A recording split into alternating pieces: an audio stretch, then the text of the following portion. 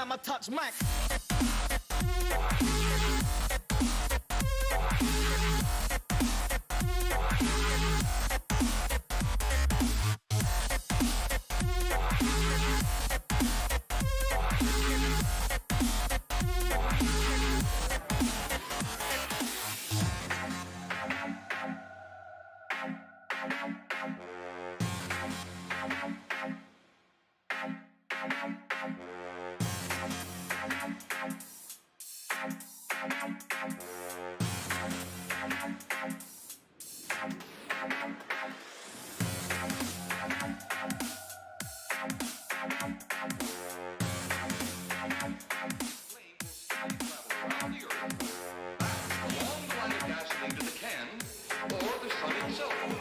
Explode the sunlight here, gentlemen.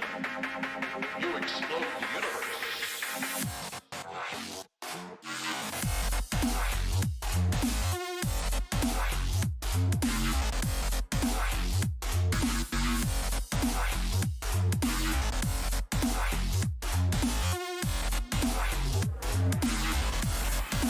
Every time I touch Mac.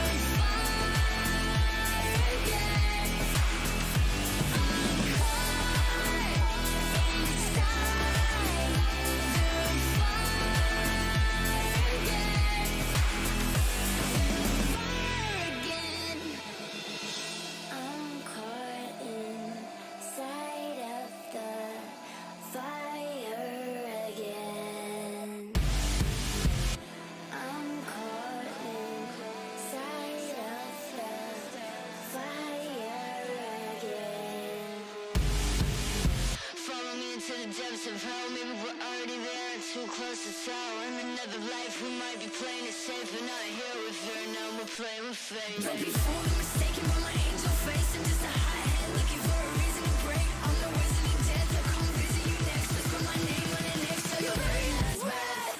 I'm caught.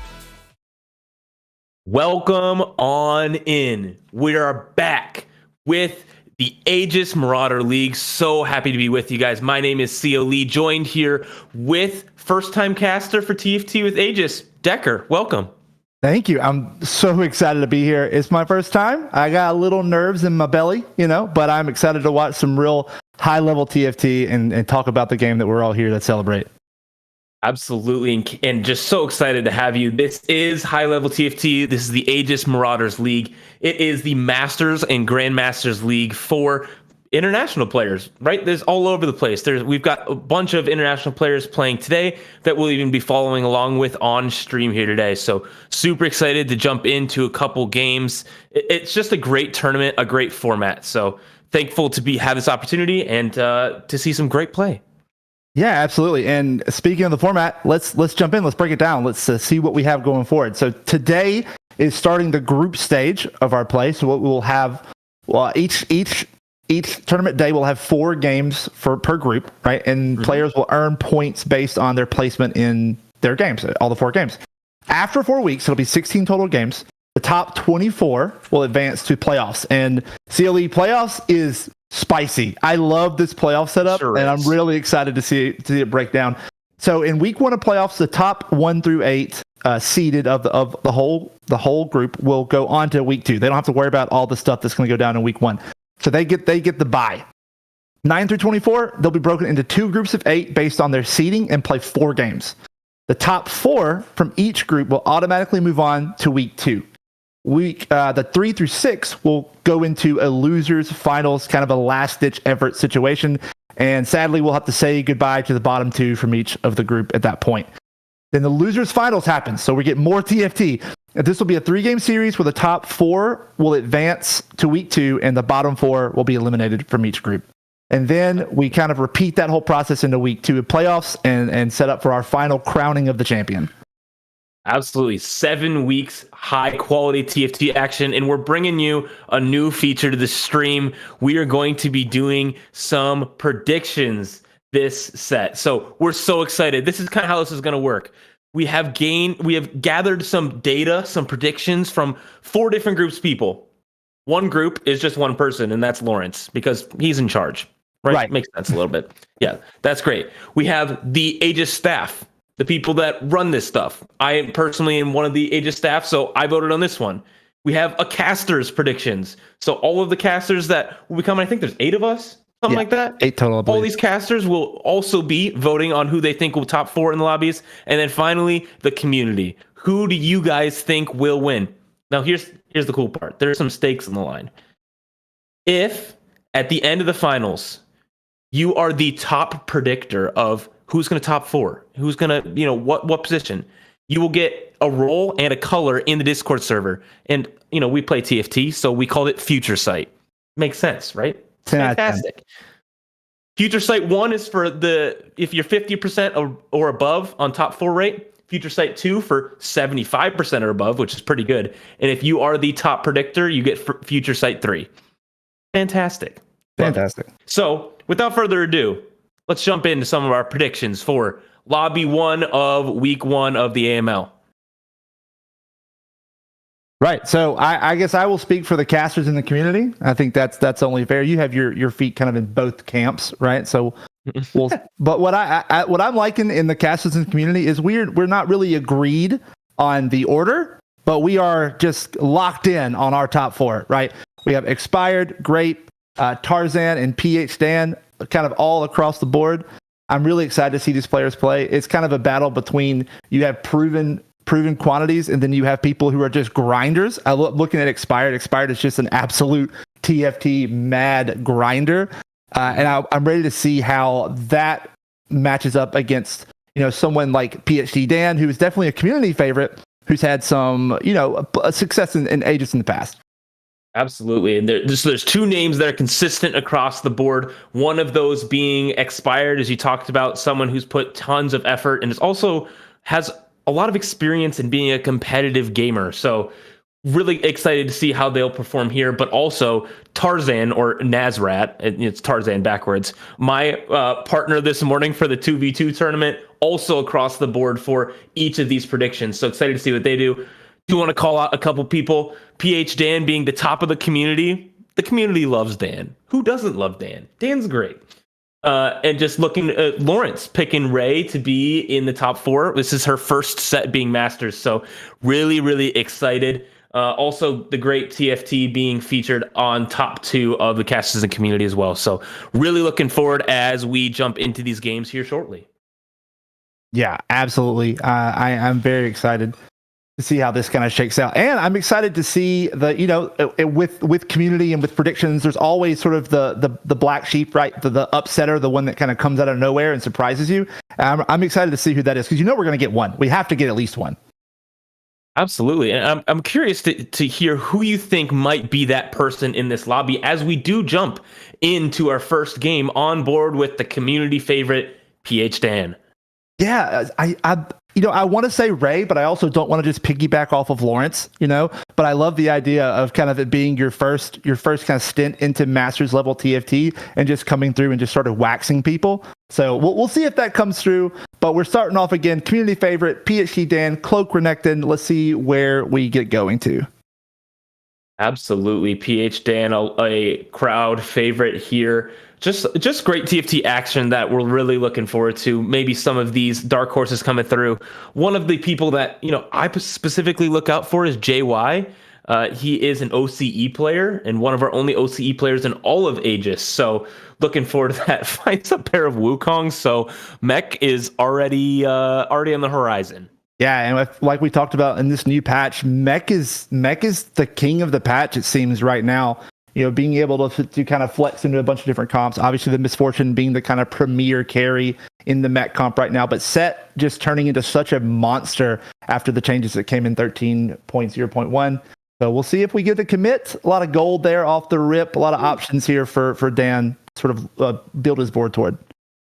Yeah, and getting a really good duelist start as well. Rune and Turkane is obviously one of the best items on there, but sticking with the defenders on the board right now, having those duelists as an option, so fun to see them. It's so fun to see so many of our players in these tournaments that we've just missed. We've dearly missed them. Yeah, absolutely, and I'm excited to be here. I've just been a spectator for these for a while, so getting to look at this firsthand is a lot of fun for me. Absolutely. And a stacked lobby now getting a sword as well. So fantastic start for duelists as we head into Augment being one of those prismatics. And they really shift the game. And which one are you seeing that's going to clearly shift the game? Not the one he goes with in my wow. Okay. I was thinking it's like, man, the thing about that is if you take duelist crown there, your game is pretty much on rails, right? You have a hurricane, you have a sword, you've got a 3 duelist start. But Dan opts into the less popular, I guess, route to go. But the thing is here, this is going to be an uncontested start most likely, right? You look at duelists, you have a prismatic open. There's probably going to be at least one person. You see it there. I saw the pan quickly, but someone had a vein with a Runaan's Hurricane already. So opting into the less contested start can make your early game a lot easier and transitioning into the mid game a lot safer. Absolutely. I mean, 4 defender this early is super strong, will not take nearly any damage from this Draven on the other side for catch. But Golden Ticket, though, with a Draven already, I may be looking towards a Supers Draven reroll with Mech. So it could be interesting to see for sure. Yeah, absolutely. I'm ready to kind of pan around and see what on a prismatic we have the first game prismatic first augment. We can't make this stuff up. Level up. We see level up coming on there. Let's see where we land here. So we are on with Ray. Okay, Ray with the Celestial Blessings 3. CLE. It feels like CB3 is a little bit less performing than it used to be. I feel like in earlier sets, like especially in Dragonlance, CB3 was almost like an insta take for a lot of different comps. It's a little harder to make work these days with like things like Aurelion Soul that are just innately giving heal cut. But still, very powerful augment, very strong thing to stick on your board early. You're never going to say no to flat healing, right? Like healing's always needed. So it's a very flexible choice. Maybe not one that swings your game or gives you much direction at all, but definitely helps a lot. No items really being slammed on the side of Ray here or for PH Dan that we did see on the other side, but JY leveling to 5 with level up, just able to 5-0 on 2-2. So Ray being at 84 HP already. That's pretty low health for this stage. It's pretty low, able to make 10 at least. So there is at least that little aside. You have a little bit of interest going on as we shift gears over to Catch. Let's see what they're working with. The golden ticket player, one of my favorite augments in TFT. It's so much fun, can enable so many fun comps. And also, if you hit with it, my lord, can just take over a game. Absolutely. And looking at a duelist start, possibly, maybe the route they go. These items are not very slammable, so that doesn't help give a ton of direction. But having an early Vayne, having 2 of those Dravens as well for possibly that mech Draven that we were talking about, there's plenty of options. Yeah, lots of options here. Like you said, items aren't great. Your best option would be maybe a Hodge, right? And even that, while flexible, doesn't scale into the late game very well. But we'll see if Catch can get some rolling here. I expect they're going to take a little bit of damage, especially playing against JY with that level up board. So we're probably going to see another 5-0 here. JY just terrorizing the lobby right now. Just knocking a bunch of APs down. Yeah. Wow. Yeah. So we're already 2-3. We're already on to stone throwing with JY. We'll see if he wants to commit to that. With the Yuumi and the Rel start, I would imagine you're just going to commit to the Talia and just see what happens. Yeah, I also want to call out that Catch's computer in the background is so cool. Yeah, that's a really good background. Yeah, that's really nice. Yeah, it's fantastic. You know what also is fantastic? A spatula. I'm so curious who's going to take this and what they're going to do with it. It is still available for second choice if somebody like to do it. It kind of sucks that it's on a 1 cost. Not really what you're looking for, but it is going to go over to Tarzan. So interested to see what the plans are with that. Maybe Laser Core, maybe Oxforce, maybe see if we can, Heart. If we can switch over to Tarzan maybe and see what they might be doing with that spatula. Ooh, well, it's like nothing right now. Not a lot of hanging items to commit that to, but obviously they do have a plan. The Radiant Relic there, obviously providing some early power with the Runan slammed on the Vayne. Let's see. On a good streak, only lost 1. Definitely want to be, but has JY on the horizon. I'm sure he's definitely hoping not to roll that as his opponent right now. Yeah, really hoping to try to win streak these last 4 rounds. But level 6 over there for JY with a Talia with Giant Slayer. So that's going to be really scary. Catching the other side with this board that's got a lot of upgrading units in the front line. Oxforce now in with the Kaisa with Static Shiv, which is one of the best, if not the best, items on Kaisa. So it's going to come down to the wire, I think. The Guard Breaker not doing a ton of work because of lack of shields, but it's going to come down to the wire here. The Jinx not able to cast. Oxforce does tank up another shot, so Tarzan will be taking a loss. You hate to see that. And Catch really displaying the power of the golden ticket, able to upgrade those units early while maintaining decent economies, keeping the gold somewhat high. And wow, let's go back to that board. There are just some powerful boards here in this early game. My goodness, I guess that's what you get when you have Prismatic Start. Yeah, the lobby tempo is so high. And Ace specifically, is one of the best performing traits in the game right now. And so something that Expired definitely saw and was like, yep, that's cool. I'll take it. Give me Ace spat. Yeah. Able to slam it early, get that Ace in to get some executions, and will probably, he will continue his win streak through this stage 2. So absolutely great showing by them. Yeah, and that Ace 4, moving that execution range from 15% to 30%. Just making all these tanky units, especially that you're seeing in this patch with all the sets running around, making them so much easier to deal with and so much easier to cut down. A great thing. You have to hit it this way, right? The Talia just comes up clutch with the snipe to keep the streak going.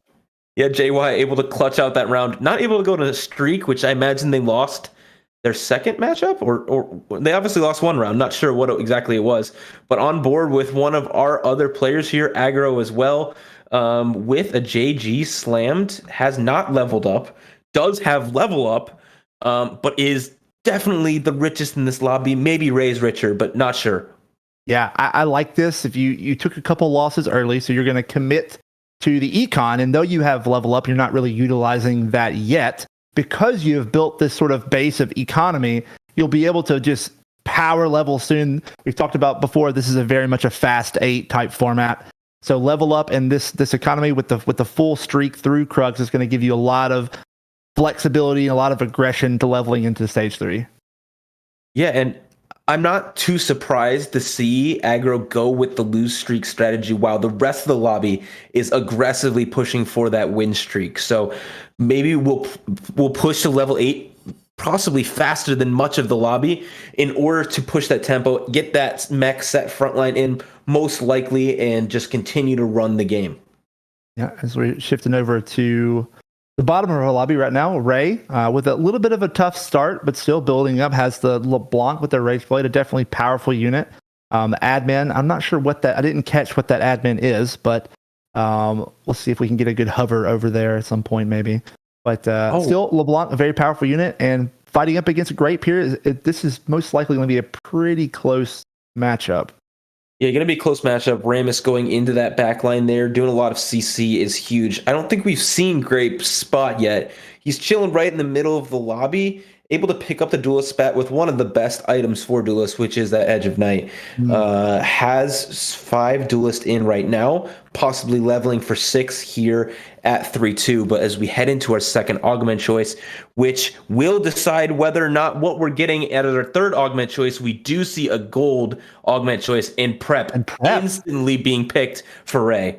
Absolutely, as we paying around prep, obviously a very good augment if you're going reroll, especially get some extra power on those units early. A little bit of a decision here from Grape if what they're going to take. A duelist, I would maybe lean toward trade sector, giving a lot of extra power, especially with their HP being kind of high.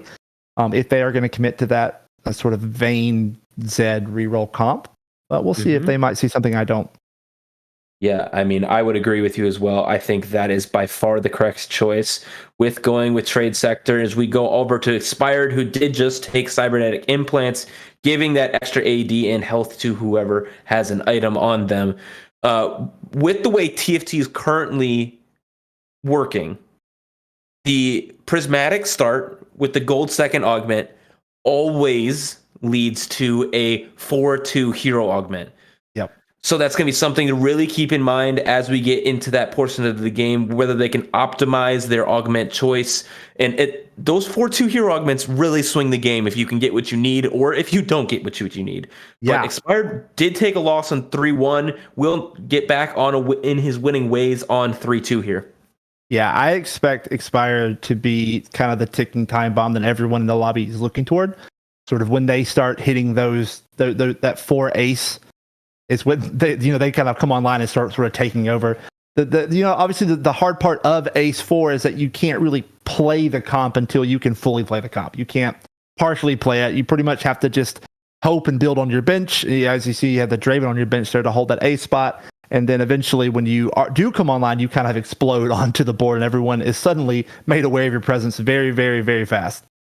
Absolutely. We do see Ray here finally getting some direction, able to hit a Kaisa 2, but rolled to 0 and didn't find a single Vayne. So as much direction as she's gotten, this is not looking too good. Yeah, absolutely. The Vayne is definitely a contested unit played in both Recon and the Duelist, and also, potentially Anima or any number of comps you can sort of splash Vayne into. So it definitely hurts there, and really only having as few Kaisas as she does. Man, it's gonna be a hard climb for Ray here, but does pick up a win against Expired, so it kind of bought that win, right? Spending all your gold kind of allows you to buy wins sometimes, but still has good carousel priority, and we could see something good come out of this to give her a good spike going into the last half of round 3. For sure, this is not the best spot, but able to take a win is huge. So Ray able to now pick up some sort of tankiness for the front line. But we do still have a set on the carousel. Is anyone going to go for it? Yeah, Expired does go for it, really wanting that. BT being one of the best items for set as well. BT Titans is disgusting, but we are on board now with Tarzan. All right, let's see. So the Ascension picked up from Tarzan along with the Radiant Relic. No. Oh, the Alistair 2. And we're just going for Anima. Yeah. So I'm assuming that they're going to play the Anima vertical, just being able to give a little bit more power to Vayne through the Duelist spat. That would be my guess as well. I mean, obviously it's working well currently for them as they're win streaking, but I don't know if that would be the angle I would play. Obviously, they want to play Misfortune. Yeah, absolutely. So, Misfortune will, as powerful as a unit as she is, will definitely be the end of the board, what they're looking for. But right now, just a strong opening. Jinx with a Shojin with that attack speed is going to be doing a lot of work, stunning this front line to try and keep their front line alive a little longer. And Vayne with the Runans able to spread the damage a bit. Let's see if maybe they can clutch this out versus Catch or not. Yeah, this Runans is doing a ton of work. Guardbreaker doing well. Also, that Jinx able to get a clutch last cast off, and so it does take the round win. We see at the top of the screen a 3% chance to win the round. Meta TFT, you're wrong. And you got a win. You gotta love the insult to injury when Vayne sort of strikes a pose, and you see the plus fame after she wins that 1v1 on the Kaisa. It's a little bit of flair there. I love to see from the Anima squad units, right? It's so awesome. But as I continue to see these boards and the way this game is progressing, the worse everything looks for our bottom of the lobby player, because Catch is also contesting that Kaisa reroll. So not the best spot to be in, but we are on board with Aggro, who is the second in the lobby as we see this board from Catch on the other side. Yeah, level up plus Exiles gives your team a lot of survivability. Playing that 4 duelists, as we see a lot of duelists around the lobby right now. Yeah, I should officially kind of offer my apologies to PhD Dan for saying, why didn't you take the duelist spat? Because apparently this has been contested across half the lobby. Yeah, I guess it was the correct choice because it is just so popular within the AML here in this first lobby. So this is why I kind of love these tournament formats, because oftentimes you'll see a meta form and then unform because everyone else is doing the same thing. So they're like, oh, I can't play Duelist anymore. Everyone else wants to play Duelist. But, there's plenty of options. And I think, if I'm right, that he's transitioning his board to Renegade Viego. Yes. Oxforce Viego. One of my favorite comps in this set right now is the Heartbreaker comp, right, with Viego. And we're going to see kind of explosion in this game in a couple rounds as we hit those 4-2 hero augments. And I think we know what Aggro will be looking for. That free Viego with the carry augment would do a lot to help his board. Would do a lot, rolling down here to hope to find what he's looking for. Able to find a Leona, which is absolutely huge for this comp, because you can drop one of those lower cost Renegades, but without a Viego, this could be disastrous. Able to find a Misfortune to slot in to hold those items, but not able to find a single Viego. Does find a Samira too, which is pretty good. Not even able to get it in. This did not go as planned for Aggro. We'll have to sack this round. Absolutely. There it is. Obviously, you want to kind of play with your odds whenever you're going into that especially that last where you are fairly certain you're going to get a hero augment. You want to kind of play with the odds a little bit by having the unit that you want on your board. But they at least do have plenty of the traits. The Ockforce trait is there. Hopefully they will be able to kind of cheese out a Viego offer here. But gonna sack around. You're kind of putting yourself on the 1.5 to 2 life angle going into stage 4. Doesn't feel great, but if you hit good here, we can see some turnaround. Yeah, not able to get the Oxforce Viego in, as we saw 3 costs chosen here. So not able to get the Viego in, so not able to get those odds for the Heartbreaker, but hoping to get that 6 Renegade here soon, as we see Daredevil being a choice for Catch. Multi-shot being exactly what he wanted to reroll for, to buff up all of these Kaisas. Yep, sitting on 6, trying to find those 3 costs to sort of give him the power spike that he wants in this stage, but a huge hit there. And then a little note that we've seen, I'm sure if you've watched any TFT, you've seen this before, kind of sitting on that orb not popping it so that your odds of hitting the Kai'Sa that you're looking for or the unit that you're looking for in your shop are a little bit higher, a little bit of min-maxing going on, which is what you would expect from players at this level. Absolutely, but did want to collect that orb to get 2-star Kaisas on the board. Really looking forward to seeing, because the ability works together. Like, they'll pop each other's things, so it's really good to have 2 Kaisas in. This especially is the with double trouble board. Yeah, especially with double trouble. But great on the other side. Great on the other side with Duelist is absolutely rolling. I believe he's 8 Duelist in at level 8 with, I believe that's Contempt of the Week. So stacking AD for the Zed as well. Ray now taking a loss. Aggro taking another loss down to 10 HP. Yeah, we're about to start seeing a split, I think, in the top half and bottom half as we kind of settle in. Everyone's sort of spending their gold. We don't have a lot of people that are sitting on Econ, which is what you would expect going into the later stages of the game. But Tarzan still sitting, or Nazrat still sitting at the very top of the board, feeling pretty good. And the Viego, too, is hit there by aggro, so that's definitely going to help them stabilize their board.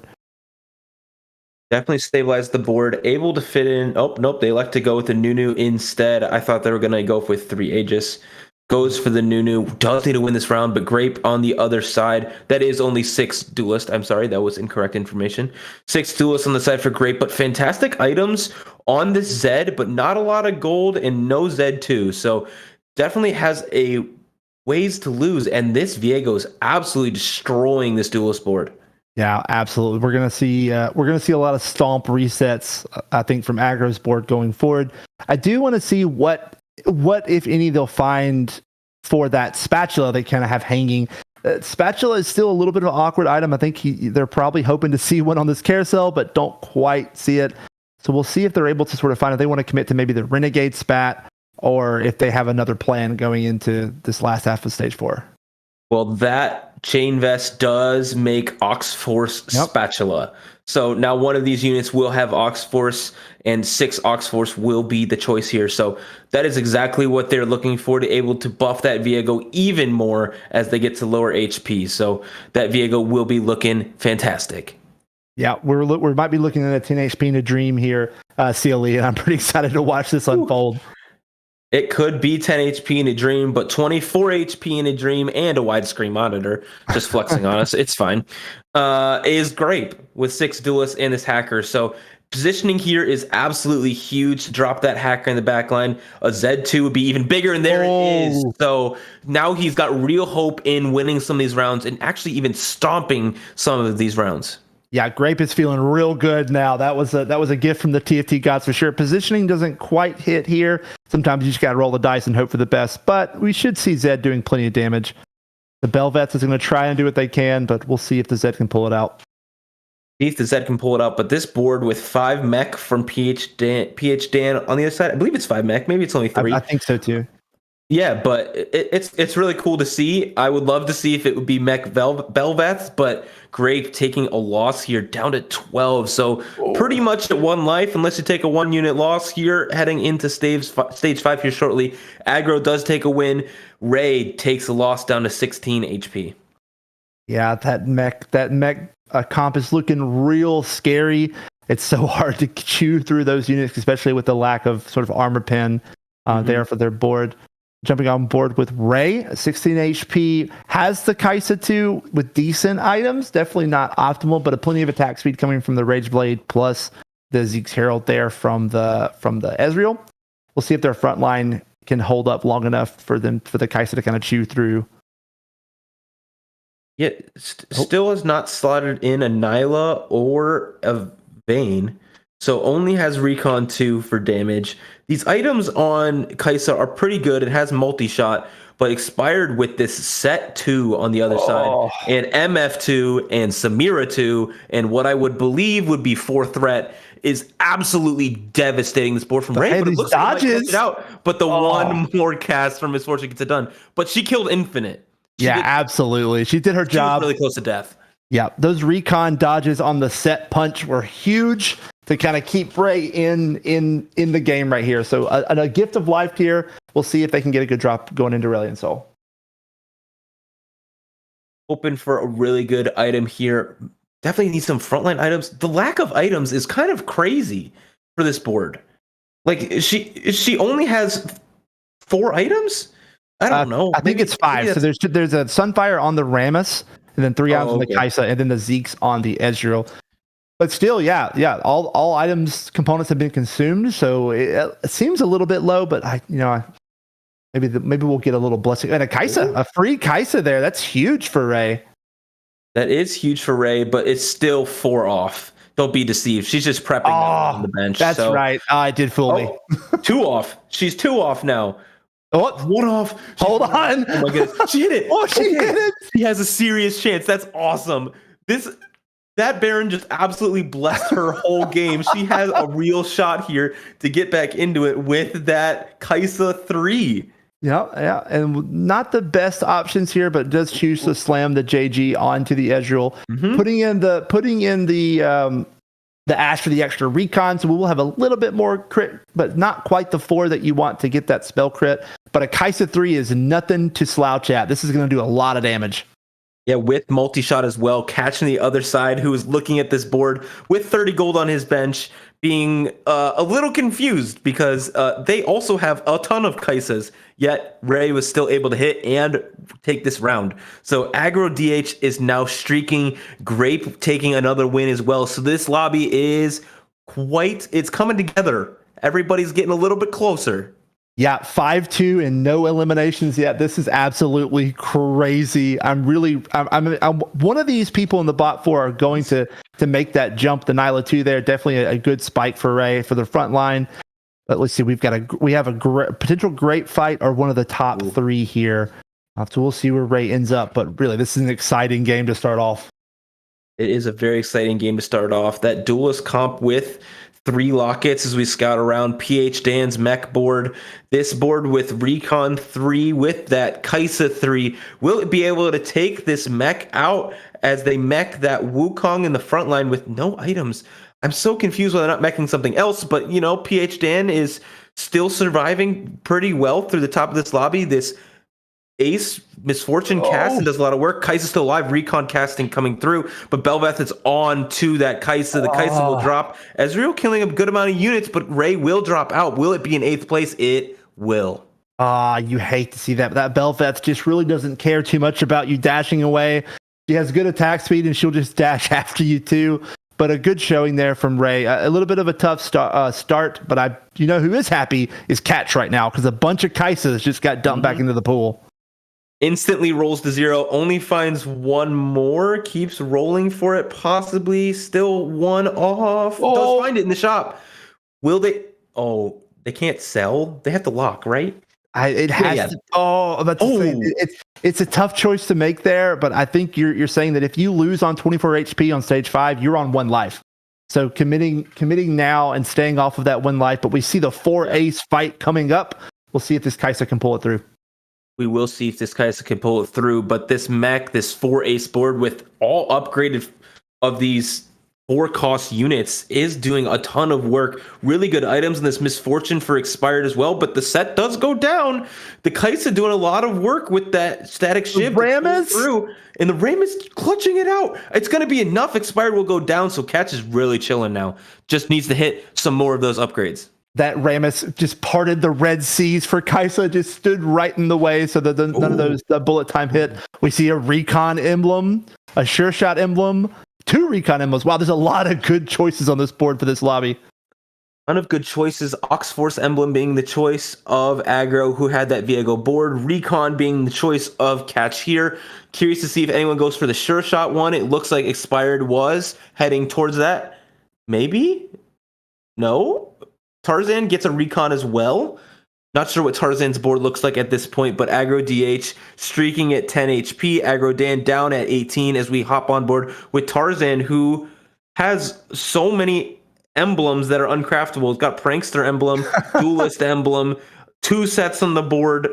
I'm a little dizzy. I'm not gonna lie to you. Yeah, absolutely. This is where threats get really funny and kind of dangerous. Is whenever you start stacking all these emblems and start giving these powerful units traits. But a hilarious looking board from Tarzan. We'll see if it pans out. But as he comes into the fight against JY here, with that Talia still holding strong from the start of the game, huge ult from Misfortune.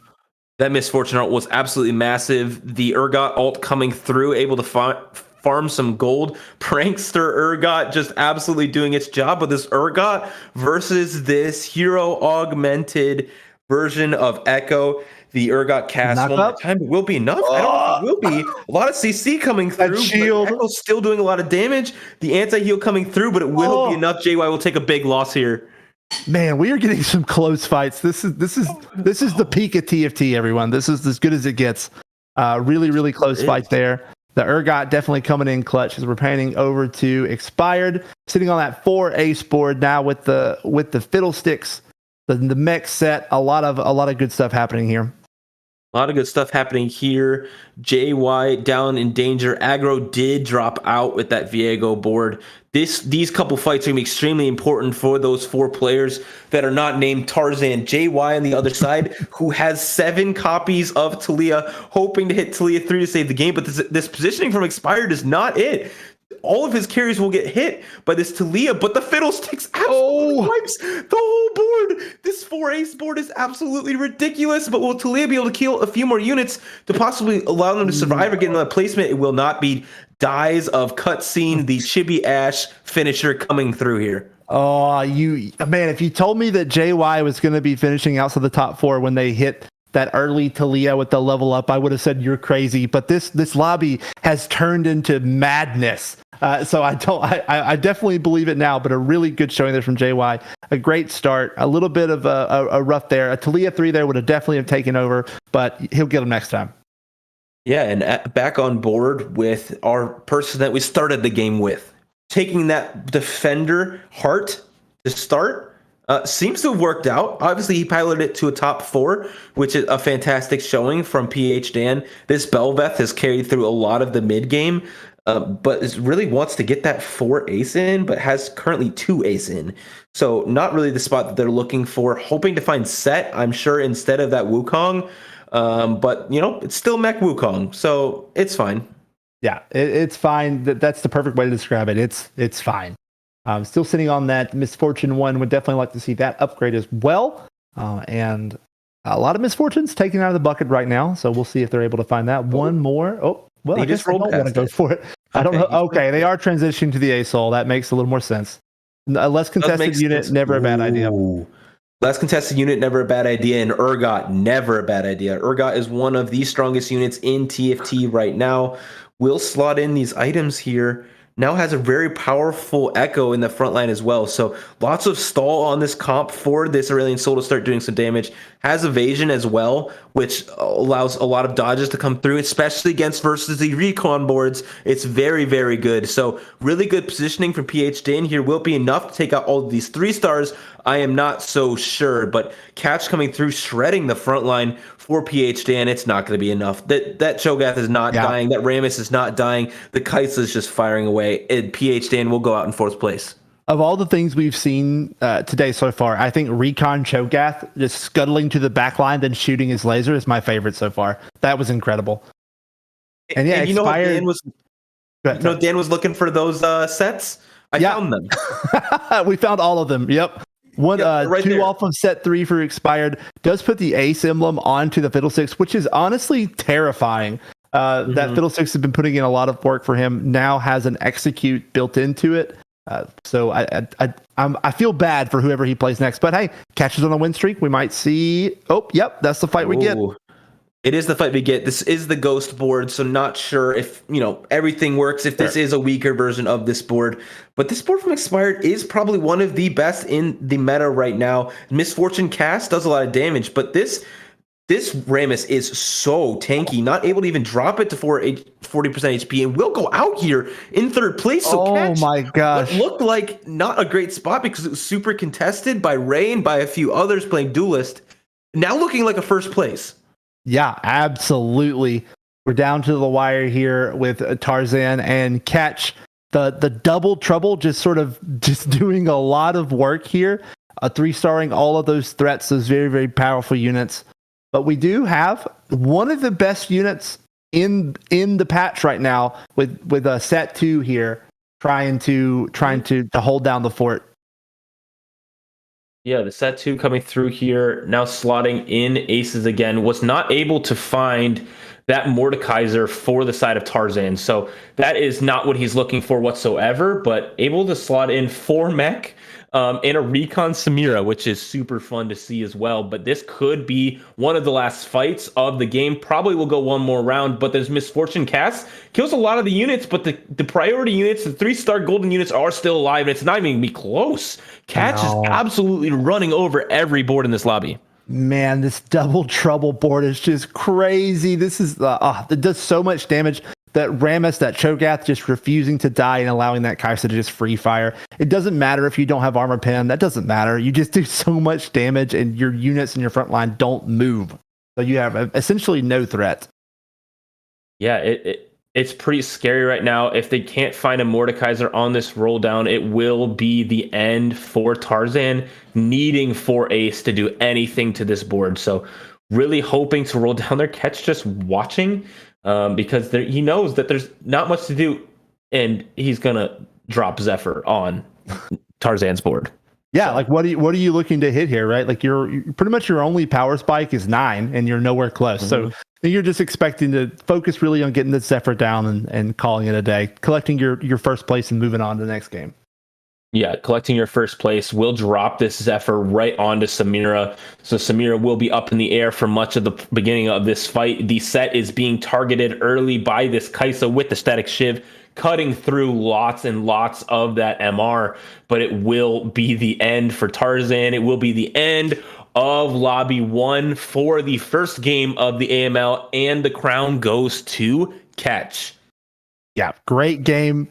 Great comp. Really loved seeing the sort of off meta, something you don't see all the time, right? Mm-hmm. Seeing the double trouble threats plus Kai'Sa plus Vayne, that was fun to watch. That whole lobby was fun to watch, honestly. Super fun to watch. I love seeing everyone and do all these things. I can't wait to see how it evolves for game 2, right? We saw a bunch of duelists this game. We saw a bunch of recons. We saw some threats. We saw a lot of mech, Misfortune, Ace, all of these things. But just can't wait for game 2. So, Decker, you ready to get there soon? Yeah, I'm pumped. I'm ready to go.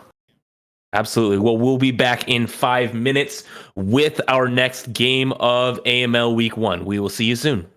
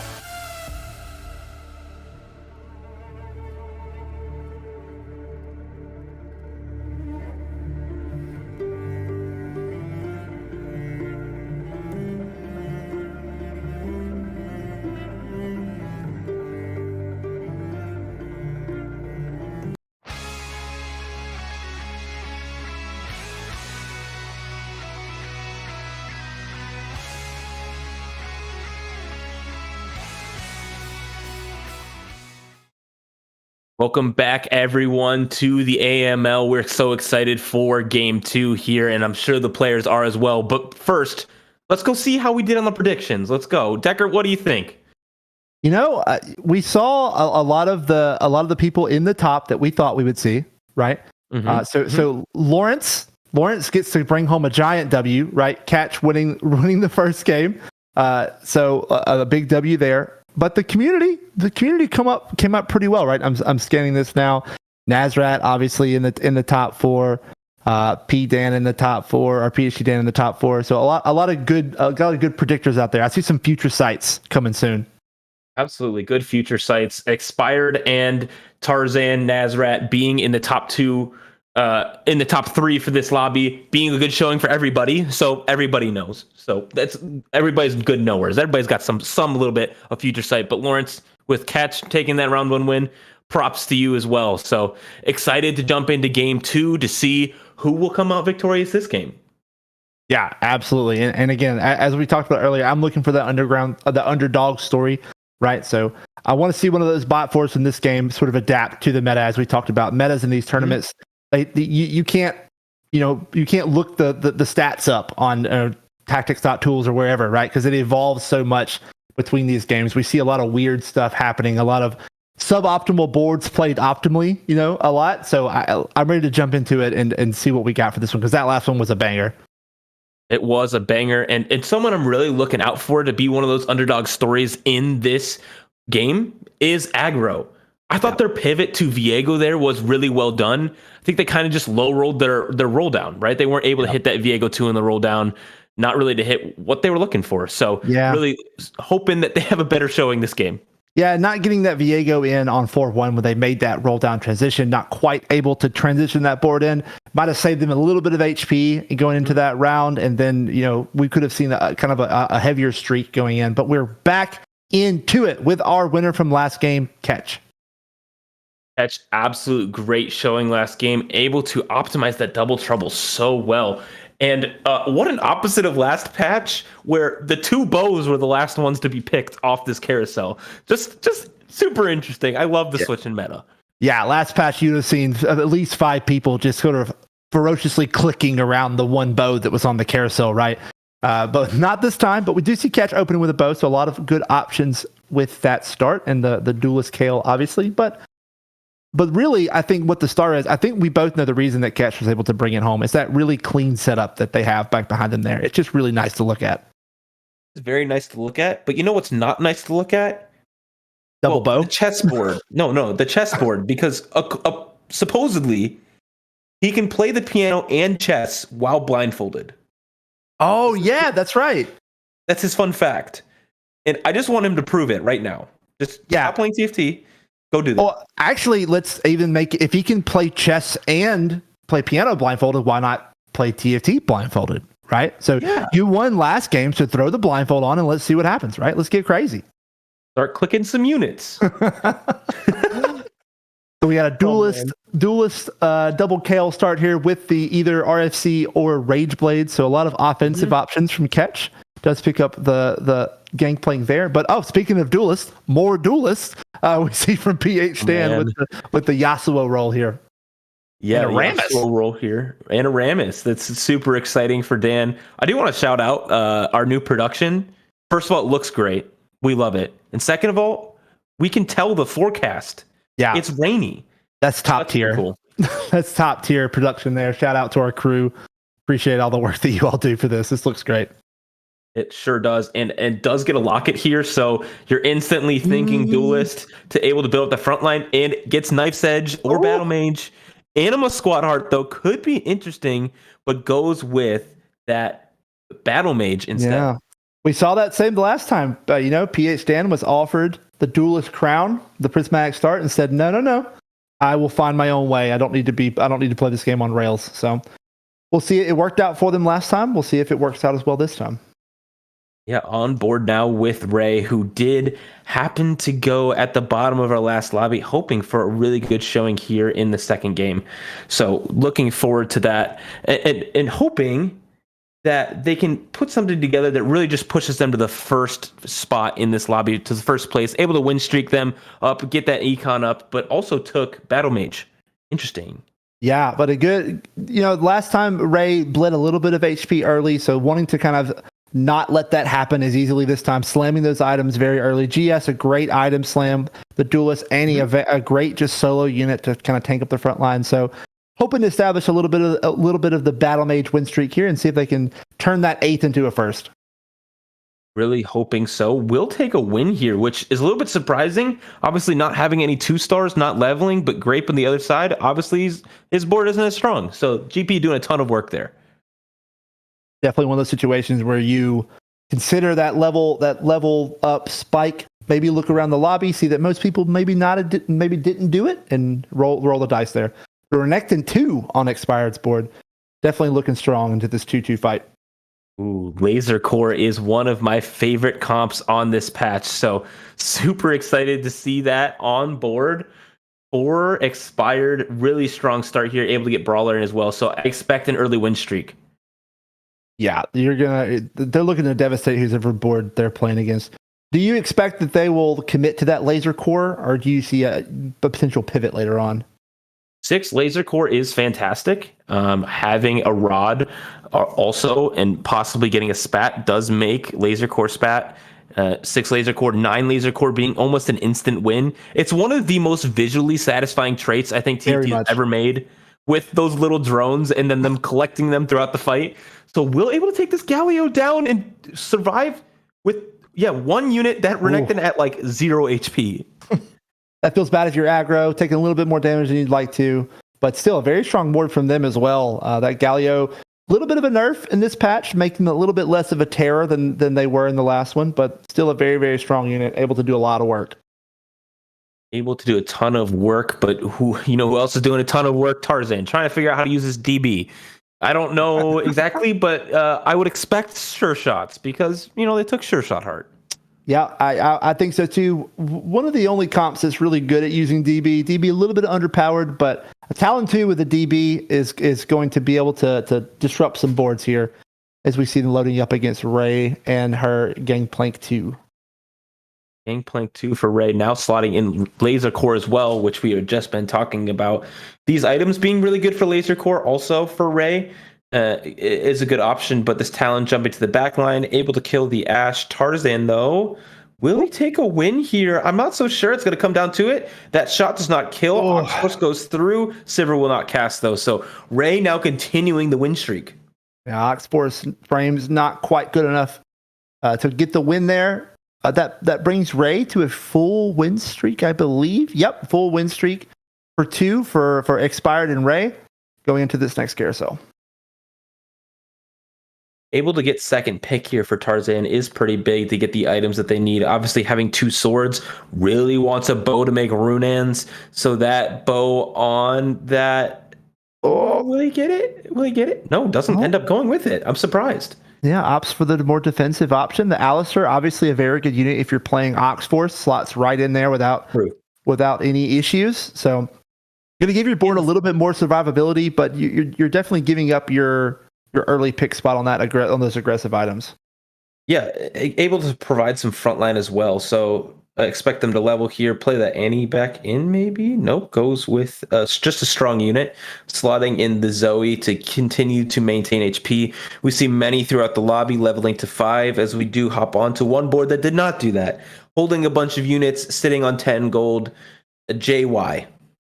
Yeah, I'm really kind of interested to see where JY is going here. Has the Gadgettine start? Obviously a very, very good start to give you that extra little item boost. The units aren't incredible outside of Annie, but with the Heart, with the Lulu, Sona, you can definitely get some boards, but a lot of 1-stars, which is going to be the downfall as we see them having to fight against Tarzan's newly upgraded board. Yeah, this newly upgraded board is absolutely rolling. Will it be a 5-unit loss? I hope not for the sake of JY. Will just be a 4-unit loss. So he's probably saying to himself, good loss, but I'm not so sure. Yeah, that's when you're given the old copium angle, right? Was at least I didn't get 5-0'd, Yeah, at least, right? Yeah, it's so good. Does see a Sona pair, but you are giving up a lot of, oh my lord, a set. Okay, everyone stop what you're talking about. We're talking about set. Expired with a huge potential pickup there. Huge potential pickup. Will definitely want to slot it in, right? I feel like you have to. How could you not? There's just not a lot of, there's no other unit that could give you this much. I know you're going to struggle making 10 here, but yeah, I absolutely agree. It's just a hard slam. You don't have to commit to playing the set long term, but also you have second win plus set. You could just commit to playing it long term. He's one of the best units in the game right now. So one of the best units in the game, for sure. Yeah. But I do want to call out that one of our the challenger players who plays in the ACL, which we'll stream tomorrow, so come back tomorrow this time, did just win a tournament, the Monster Party tournament for the EMEA, and said in his winter interviews that the set is trash. So I don't know if I agree, but that's what they said. But you know what is trash? Losing your win streak. That's trash. Especially when you high roll a set. Yes. And then Zach. These 2% odds that Expired is getting here are kind of crazy. It's like, do you want to commit to like ruining your economy, but you get to play these strong units?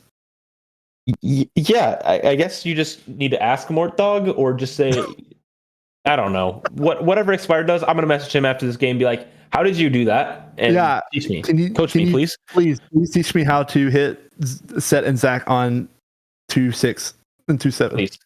Yes, level 5 odds. Teach me them. That'd be great. I would love it. Able to find a sword here and a BT. Maybe he's gonna go the AD version of threat. He does also have half of the Titans. Would be fun to see. I'll be honest. That's what I'm rooting for. I don't want to. I don't want to like persuade anyone, but seeing Expired slam BT here on that set would kind of make me giggle a little bit. I'd be excited to see it happen.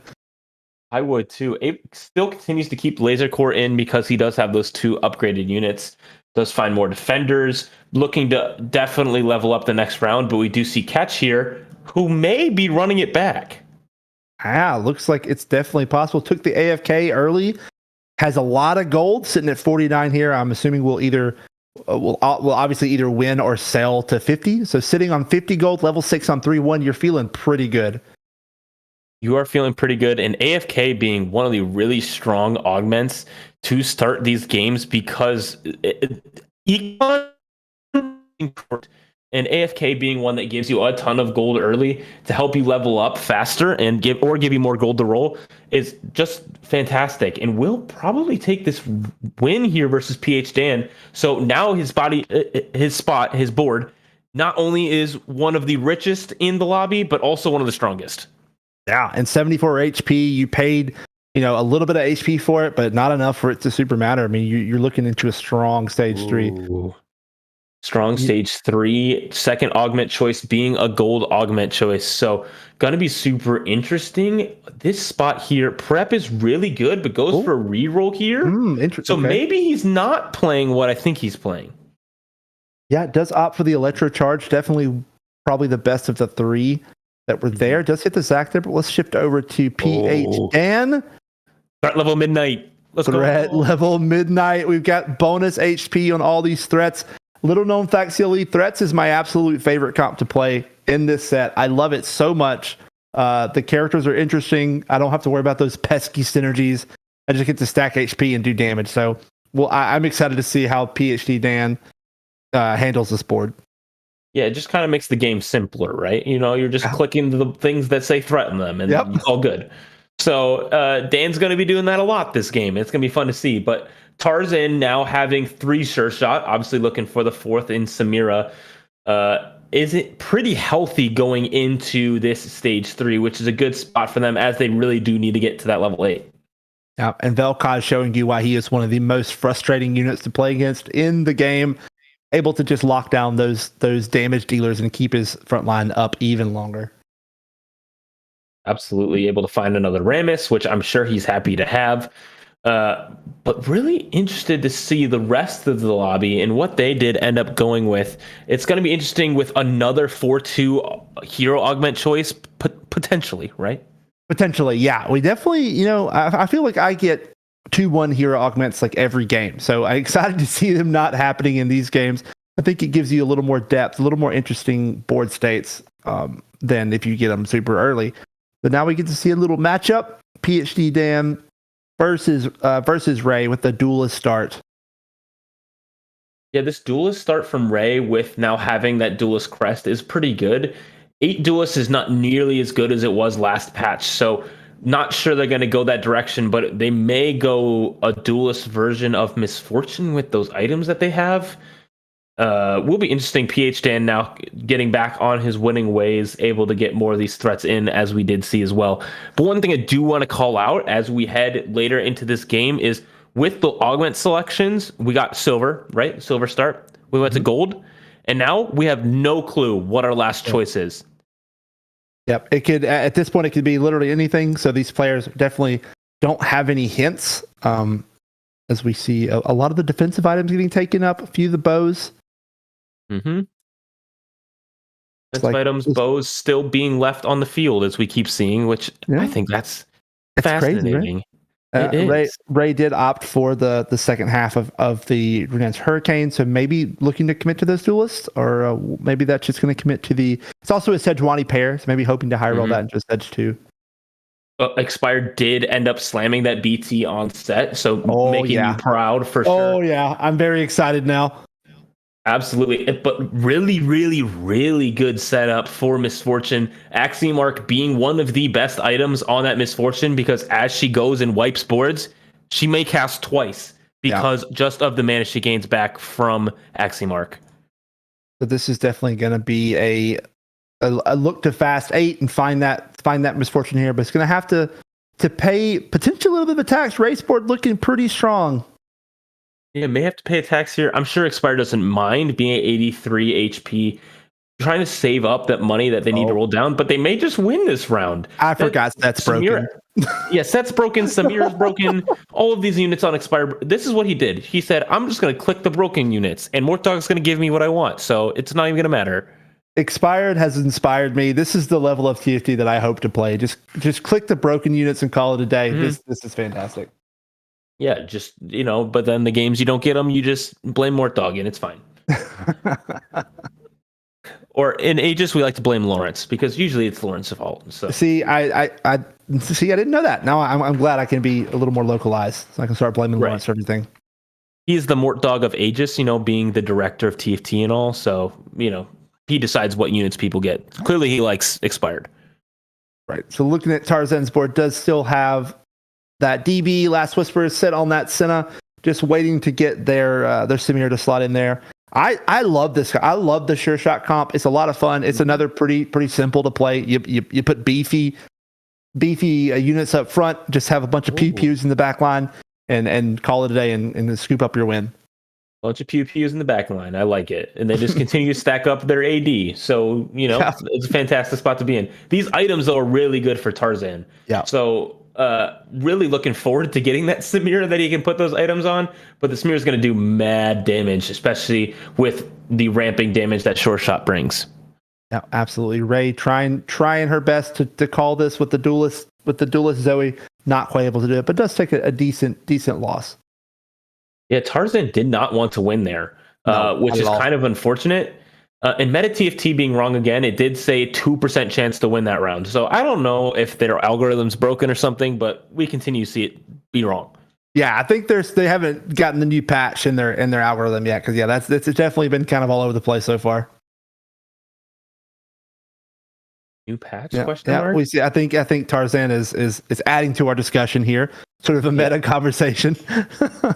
Yeah, makes sense. We do want to call out that Grape is streaking 77 HP with that win streak. Is a fantastic spot to be going through stage 3. Hopefully has a ton of direction, able to do that, able to find a Runan Slam, which is probably one of the best on Samir as well. We go back over to this threat board, leveling to 7 now, finding a Zac in first shop, just ask, but not finding any upgrades here. And the A-Soul, obviously. A-Soul, Belveth, just getting everything on 7. A-Soul pair on Belveth. Might as well roll to 0.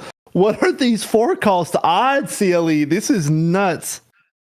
I mean, why even go 8? Where's this in my game? Why even go 8 if you're just hitting all this on 7, right? Between these two boards that we see, Expired's board with the set and the Zac on 5, but in this threat board, getting threat level at midnight, now hitting all these forecasts on 7. I don't know. This Silly, guy.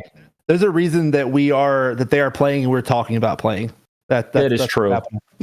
That is a true statement. And Expired's board that getting absolutely wiped by this newly upgraded board at PH10.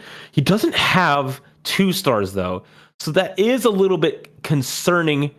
Oh my goodness. Okay, we have 5 cost hero augments. This is one of the most rare ones, and these are fantastic choices. Traumatic Memories, Fiddlesticks being probably like the second best unit. You just have to, right? You've got the threat level max. Wait, that's better.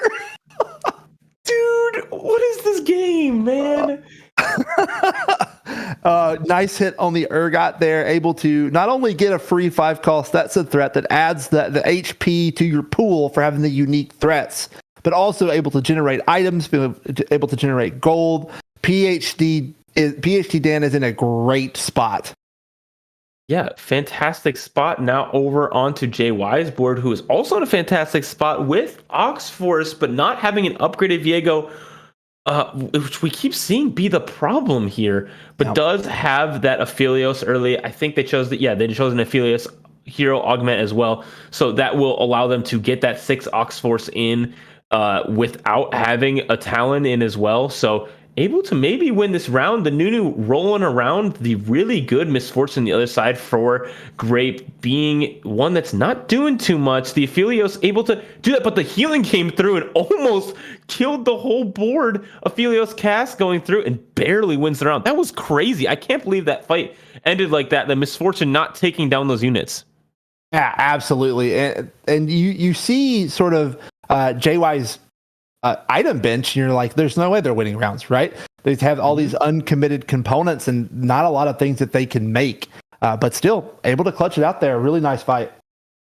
Really nice fight there. Really worked in the favor of JY, who needs to maintain as much HP as possible, being at 30 HP already. Now goes for that full swap onto Viego, rolls it down, does find a pair now of Aphelios, but no sign of the Viego 2 yet. Wait, did he sell Viego? And I know, I don't think, did he ever have one on his bench? I didn't see one if he did. Did he have a pair? Oh, I didn't see that one. I'll be honest with you. I'm not sure. But Viego 1 is doing a lot of work this round, trying to chew through this set. And it looks like Aphelios is just going to be able to backpack this road. Not quite. Oh, I spoke too soon. Able to take down that one more unit is pretty huge for the HP of JY. Every unit's going to matter. Expired, though, who we did say is high rolling, maybe not doing so much now, being also at 24 HP. There's an Urgot on the carousel that is game changing for many people. So he doesn't elect to go with it. Expired goes for the 5 cost sword, but JY does go with the Urgot. Okay. Yeah, just a lot of level 1 units here as we move over to Ray's board, sitting at 58 HP, comfortably in the top half of the lobby right now. With that Duelist 6, grabs that extra. Looks like that she grabbed a spat. Is that right? Maybe looking for that 8 duelist mark here coming in the end of stage 4. Definitely hoping to do that. At this point in the game, not so sure if that's going to be completely possible. If not, you can slam Ox Force on Zed. That's pretty good too for survivability.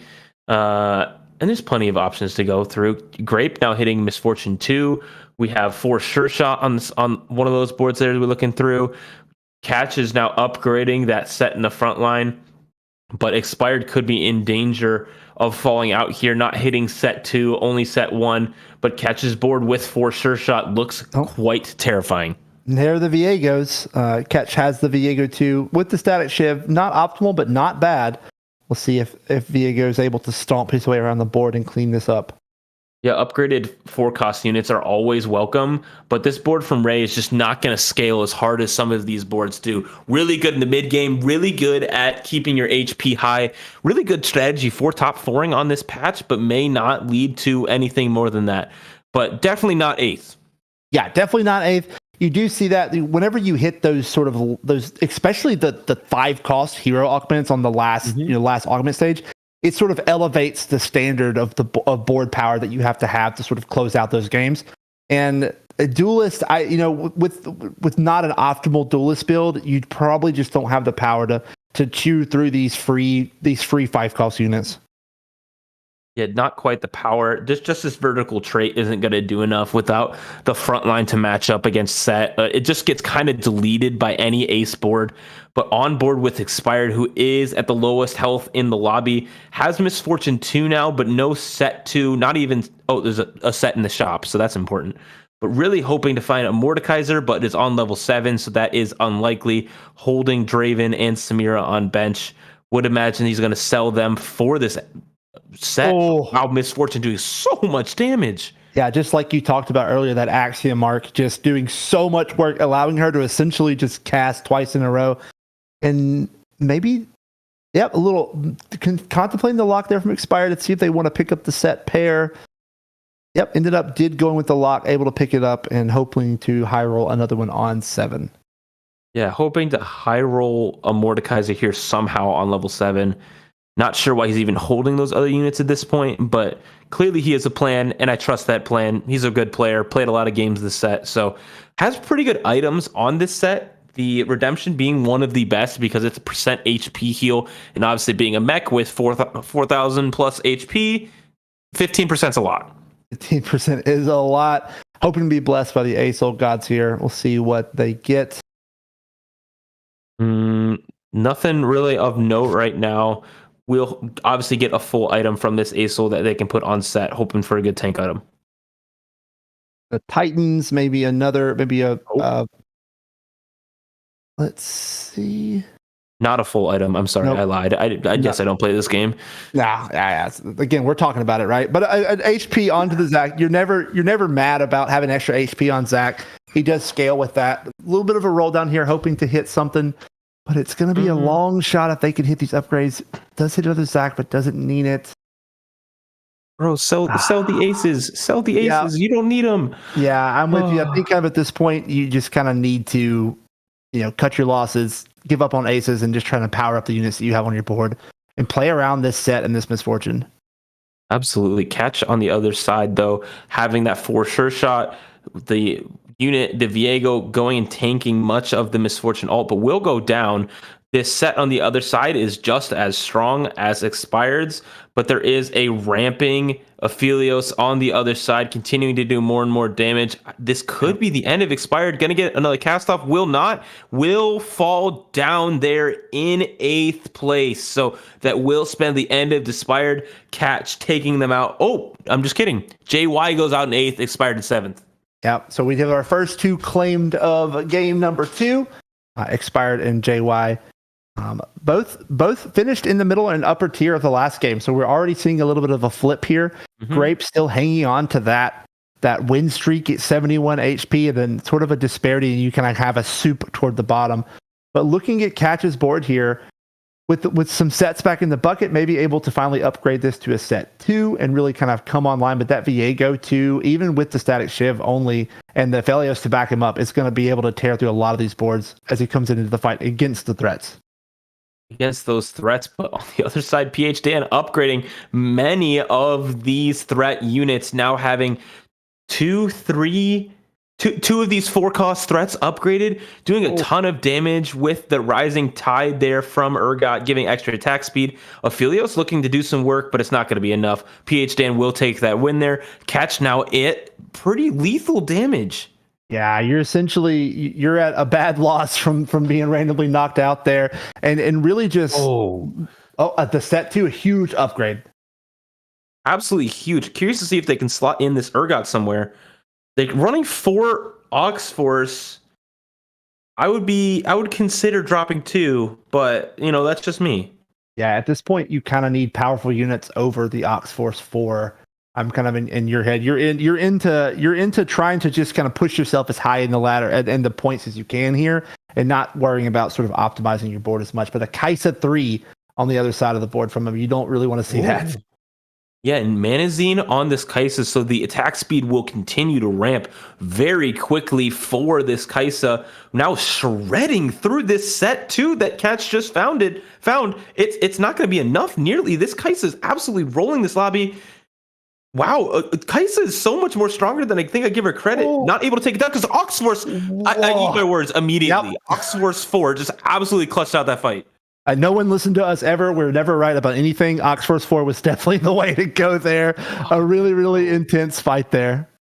Man, absolutely intense, but now able to find some of these items that they really want to wrap out the comp. Aggro going for that Zephyr to try and cheese out one more round win to try and push them up that leaderboard if possible.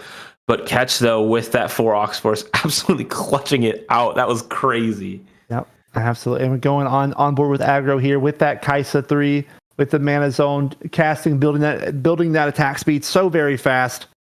We'll see if they're able to squeak themselves into the top 4. 9 HP, you're definitely on 1 life.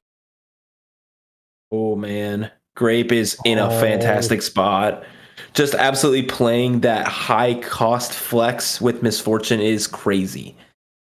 Yeah, Grape is just looking to close this out. They have such a strong board, trying to just keep their 71 HP, a huge gap between them and the rest of the field. But we'll see a big fight here between Catch and Aggro to see who might be going out this round.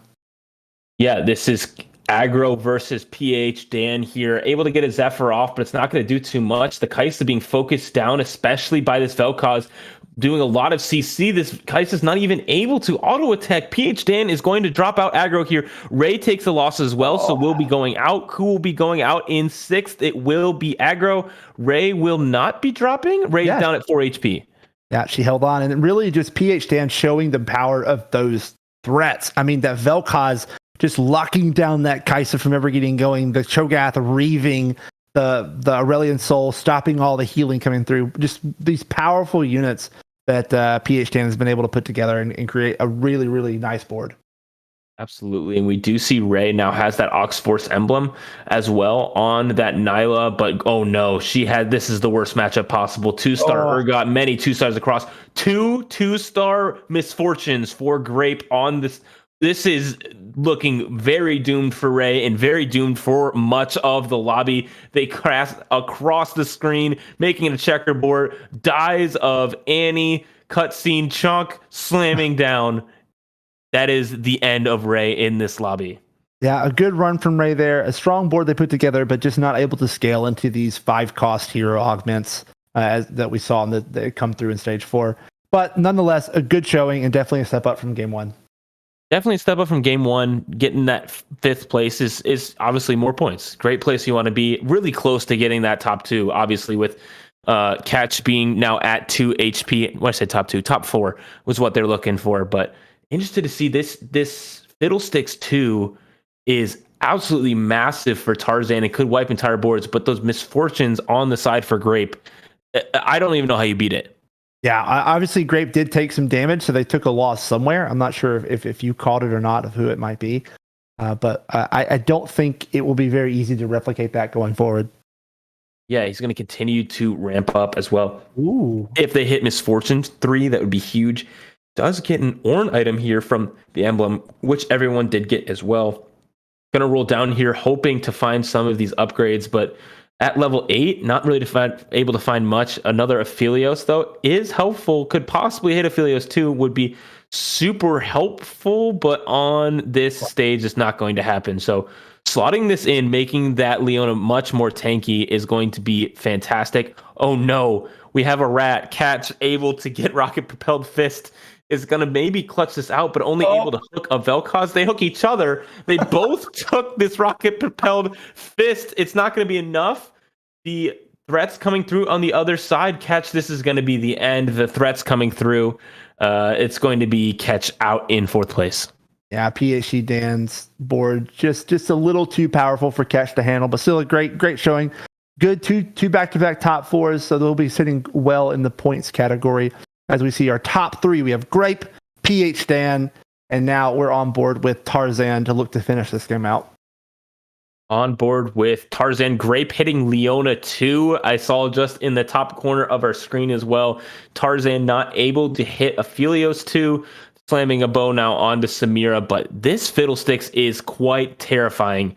We'll be able to do a ton, especially with the sustain that it has as well. Maybe not a ton of damage, but just being 2-star alone will be a ton. So it's facing this threat board, but will get Aphelios pulled here by that Cho'Gath, not scouting correctly and seeing that. So the carry goes down, but Fiddlesticks casts backwards for some reason. Not what they were looking for whatsoever. Absolutely trolling.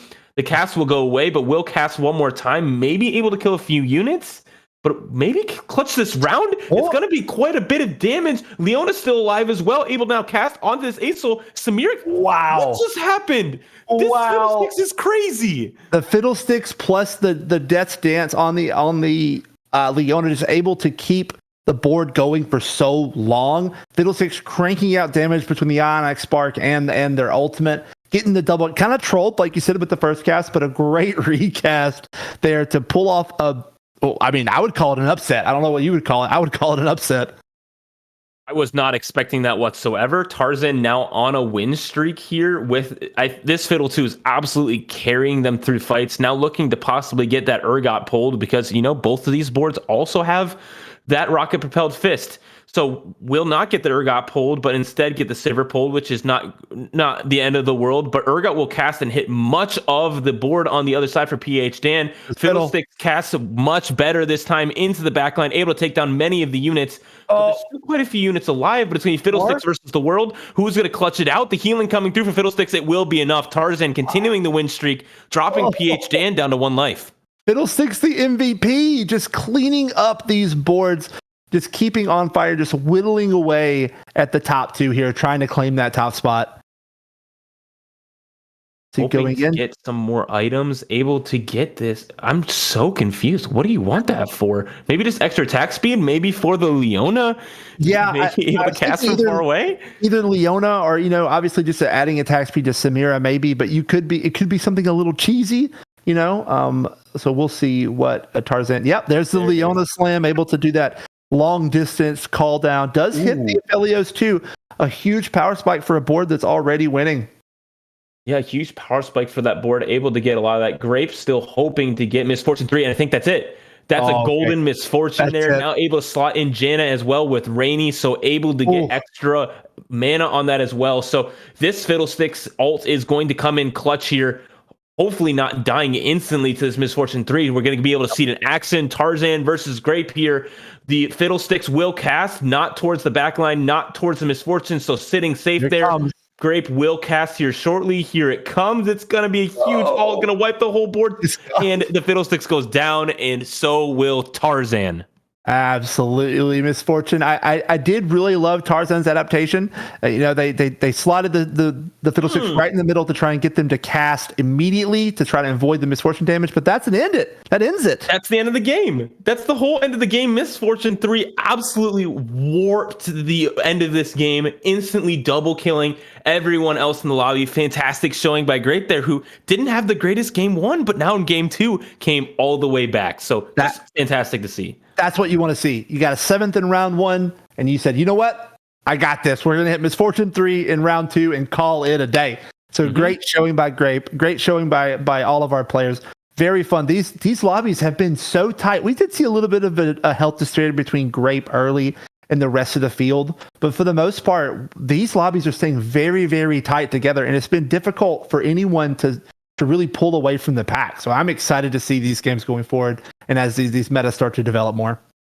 Yeah, we have 4 people in the top of this lobby between 10 and 14 points. So it's right there with everybody. So it's we're going to go back to our predictions real quick to see how we've done. Right? This is lobby 1 of AML week 1, and we've all predicted something, casters, community, staff, all of these people have predicted. So let's see how we've done.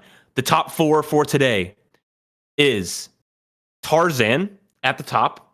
So no one got that right. In second place, PH Dan. In third place, Catch. And in fourth place, Expired. So many of those people that we all predicted, we did pretty well on, but there's a few that we didn't quite get. Yeah, absolutely. Some good judging by all. Not quite getting the order right, but getting most of the players in there correctly. Yeah, absolutely. Getting some solid points in there for our future site role. It's so fun. I love it so much.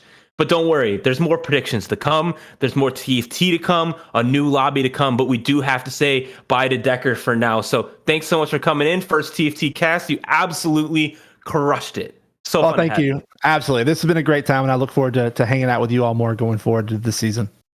Absolutely. And we will see more of you, but we will be back with 2 fresh new casters in a few minutes with games 3 and 4 from AML Week 1. See you soon.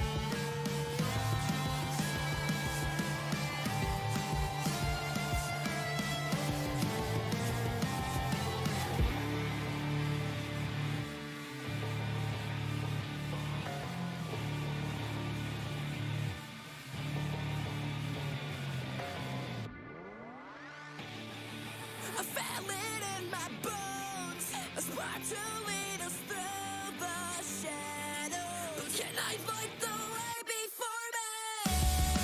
It's coursing through my soul.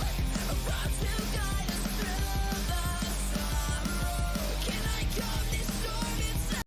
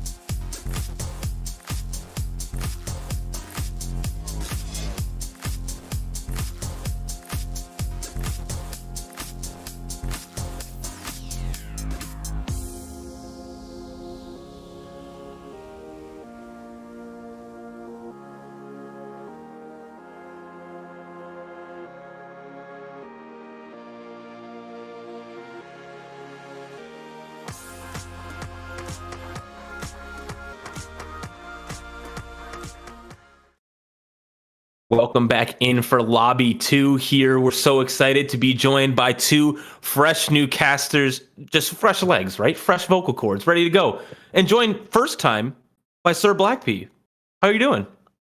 I'm doing great. Thank you for the opportunity to be here today. I've been a caster for a long time, mostly in Brazil, because I'm from Brazil, mostly in my native language of Portuguese, but I've done it a lot in English as well. And so it's great to be here in Aegis now, having this opportunity.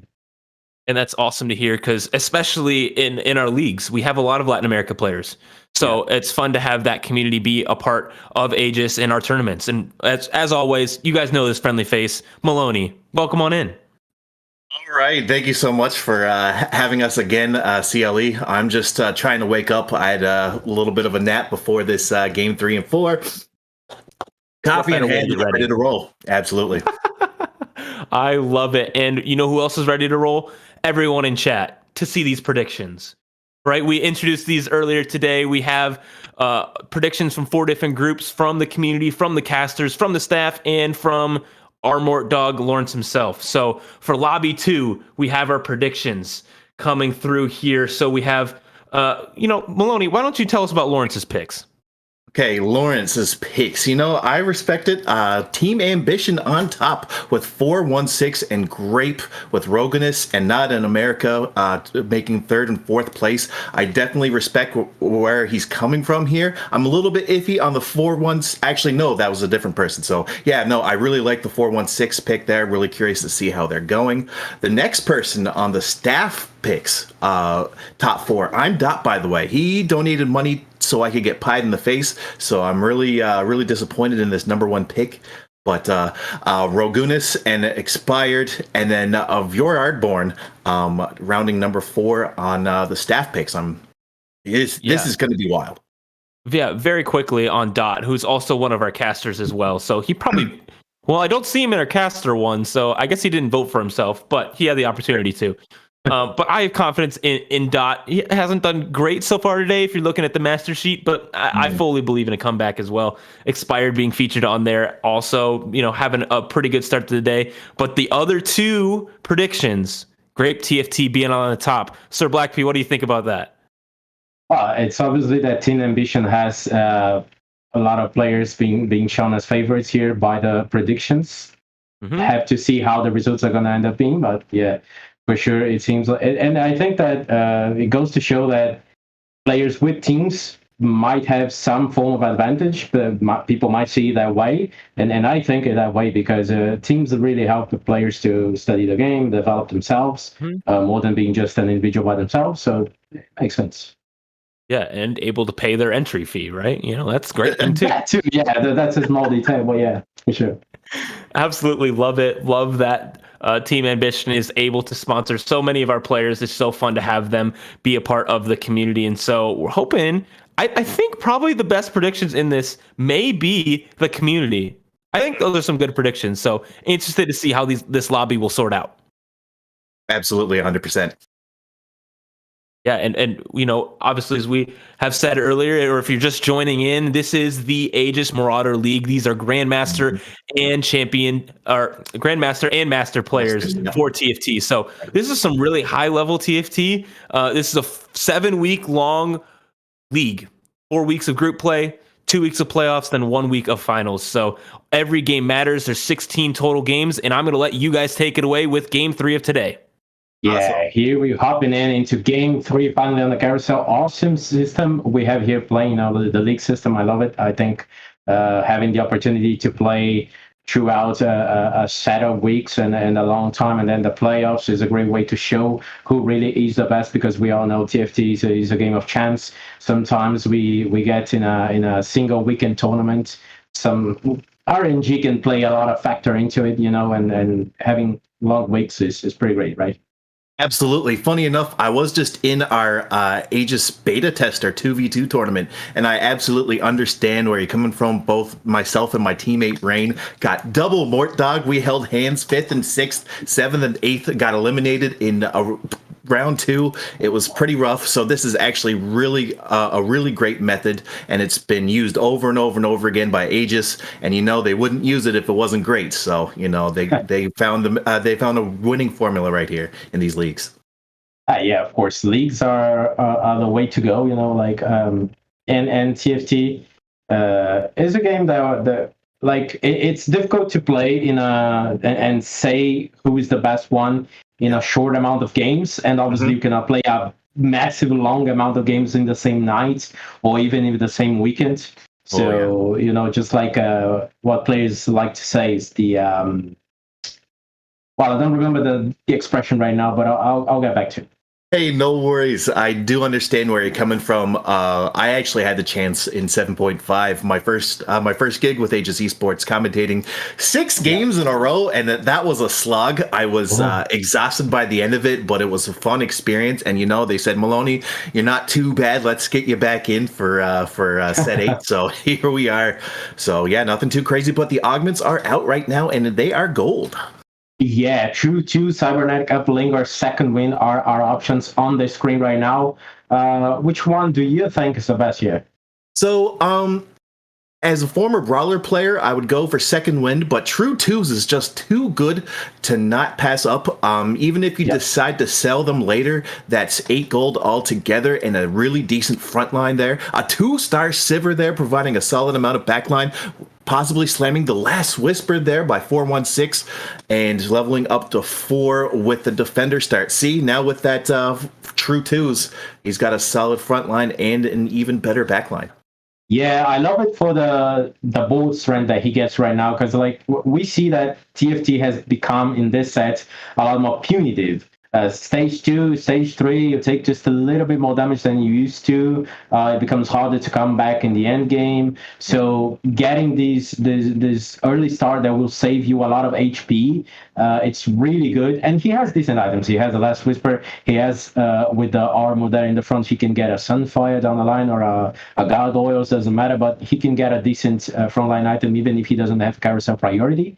So I think he's in a pretty good setup to save a lot of HP, which usually turns out into a good setup for a top 4 late in the game. And as we know, this is a long format, it's league format, so you're not rushing top 1 every time. If you get a top 4, you get some points, that's good enough. Oh, 500%. It's always super safe to pretty much get a win streak on the go, because the more HP you lose, the harder you're going to have to roll down at 3-2. Honestly, it's been out for, I think, 3 or 4 weeks right now, or actually a little bit over a month, I believe, set 8 has been, and it's really been a very aggressive lobby. Very aggressive tempo in this lobby, and where not even just this lobby, all the lobbies I played, where pretty much everybody rolls down to 0, stabilizes hard, and if you don't, if you decide to greed instead, you'll just get ran over. Yeah, exactly. People have shifted a lot from that meta of, okay, so I stabilize just a little bit on 6, then I go all the way to a level 8, and then on level 8, I'll start thinking about making my cup. No, Joe. Now you roll pretty heavily sometimes on level 6, and then you have to roll down again on 7. Level 8 gets a little bit delayed. Level 9 becomes even more of a dream, it's like some people get there, like top 1 and 2 maybe, yeah, but other than that, it's really hard to get. So, and I think it isn't even, I can say it's best or worse, it's just very different, and it took a while to adapt, but I think on one side, having that very long patch that we had, that helped getting accustomed to a new set. Oh, 100% here. We're over at Expired's board. Pretty solid spot here. Aggressively leveling up to 5 after the 2 win streak with 3 Laser Corp, 2 Duelists. Exactly what you kind of got to do in this lobby, just to kind of prove your point here and just show people what you can do.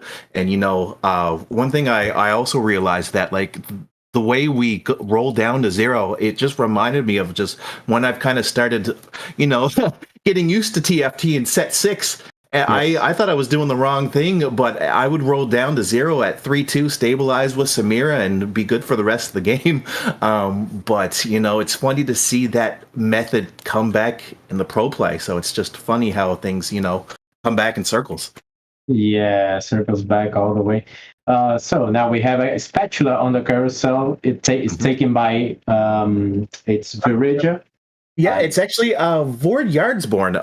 Vord Yardborn. It's I believe it's Scandinavian. It is a bit of a tongue twister, but Vord Yardborn is a person that I haven't seen before.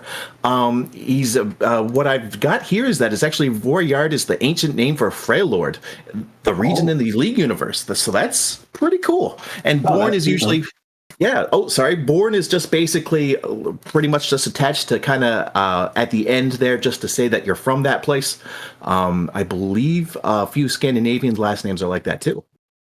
Makes sense. Yeah, and then pretty cool lore to his name, I would say. But the question I was going to was like, what are you thinking about spatulas in this set? I think that they are pretty okay. Nothing too unbalanced, not too crazy, but at the same time.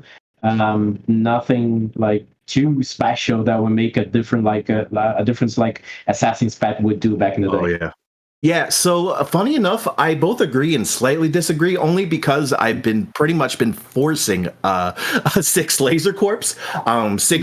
Getting a Laser Corp spat is amazing, simply because you then pretty much don't have to worry about having to get Sejuani or the other 4 cost Zed, which is pretty solid. 6 Laser Corp is a lot better than I thought it would be. Overwhelming. I would look at the damage done, and it would be like 3,000, 4,000, 5,000, 6,000 damage in the last game, and it was unreal. It was wild. So, but yeah, other than that, as a former Brawler player, pretty much, yeah. Other than that, hard spat for Zoe.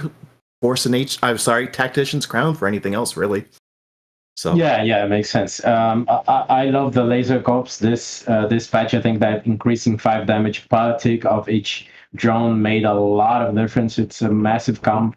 I love it. Zed has a lot of variations. You can go 6 duelists. You can go with a 6 Laser Corps. You can go 8 duelists and give up hacker, or maybe you can focus on having a little bit of hackers. You can even play something around the hackers and less duelists. But anyway, we see a comp here by ASU destroying the lobby, leveling to 6 on 2-6, which means he gets to keep his win streak. And now we got to keep an eye for TA 4-1 gets his win streak as well. So we got 2 players on fire going into the Crux.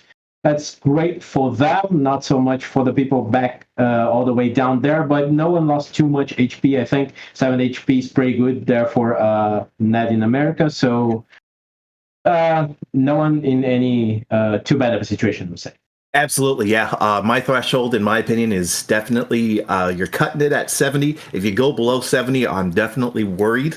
But, this is still a really good spot, especially for I'm Dot, having a decent 2 win streak.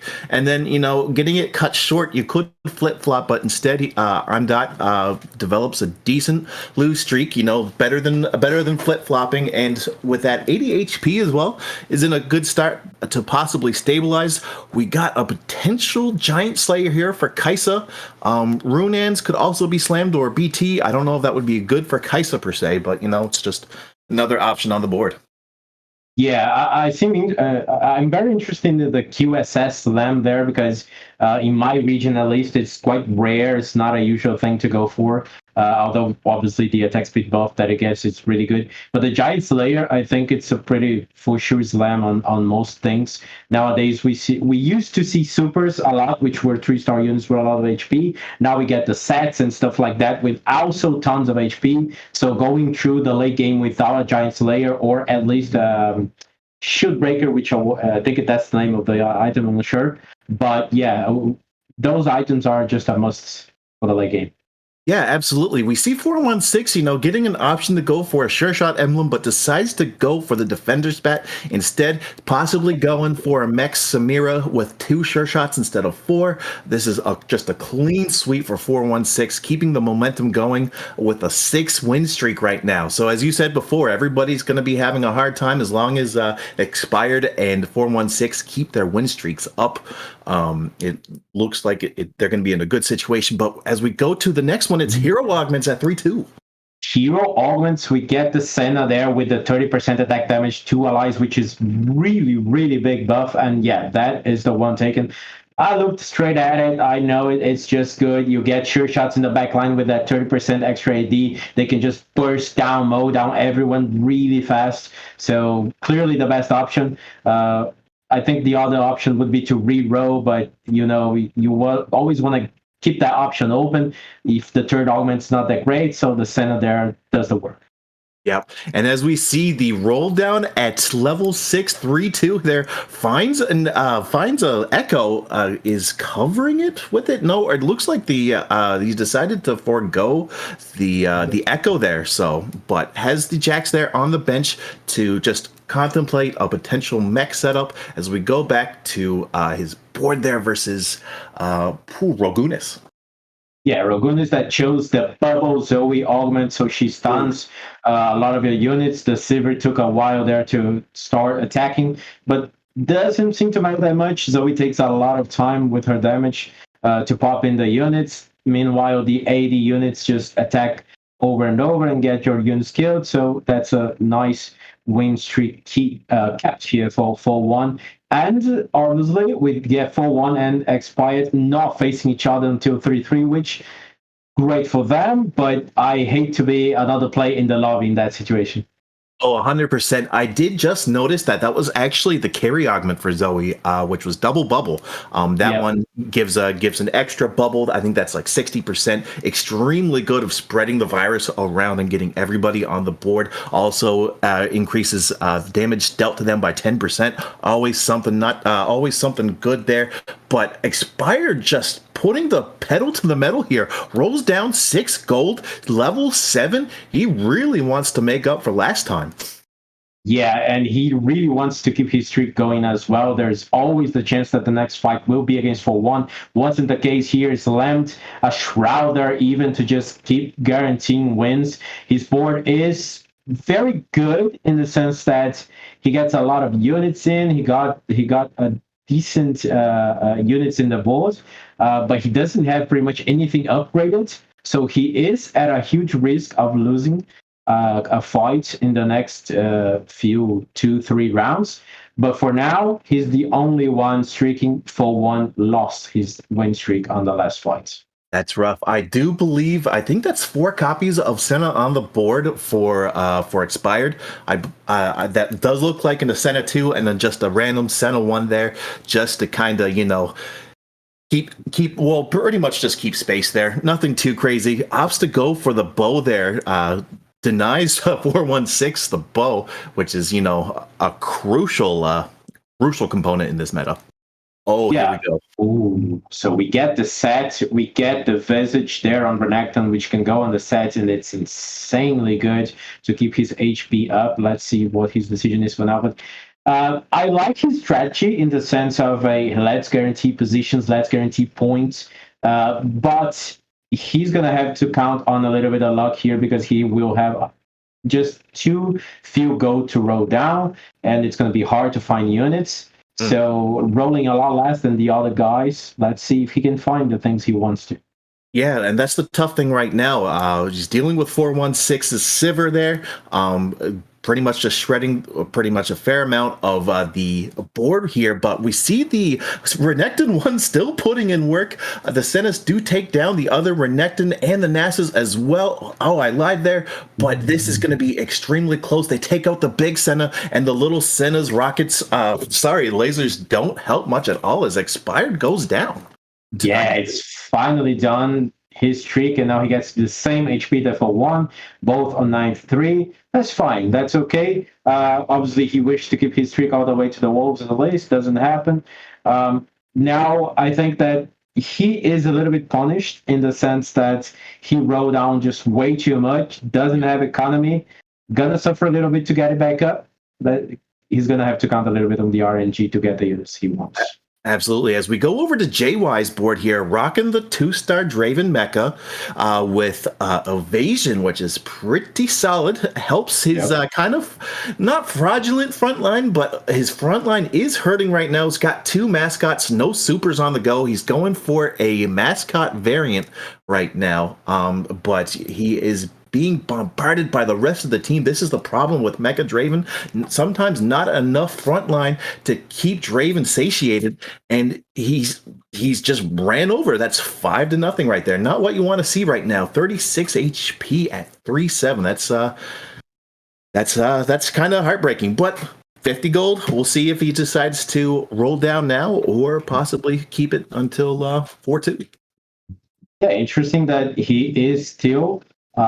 He had the opportunity to stay up and above 50. He decides to give a little bit of a roll there, see if he gets something, doesn't get any kind of upgrade. And as you said, very fragile front line, and that's the problem there. Draven is also without a Titans or a Ginsos or something to kind of ramp him up to the end part of the fight. Yeah. So he's suffering. Gets a set now. Okay, now things might change a little bit for him. Set is, I guess, the premier front line of this patch. So, yeah, let's see if he gets a little bit stronger now, and whether he decides to keep the Draven as his Mecha Prime, or he goes over to the set for a little bit more front line.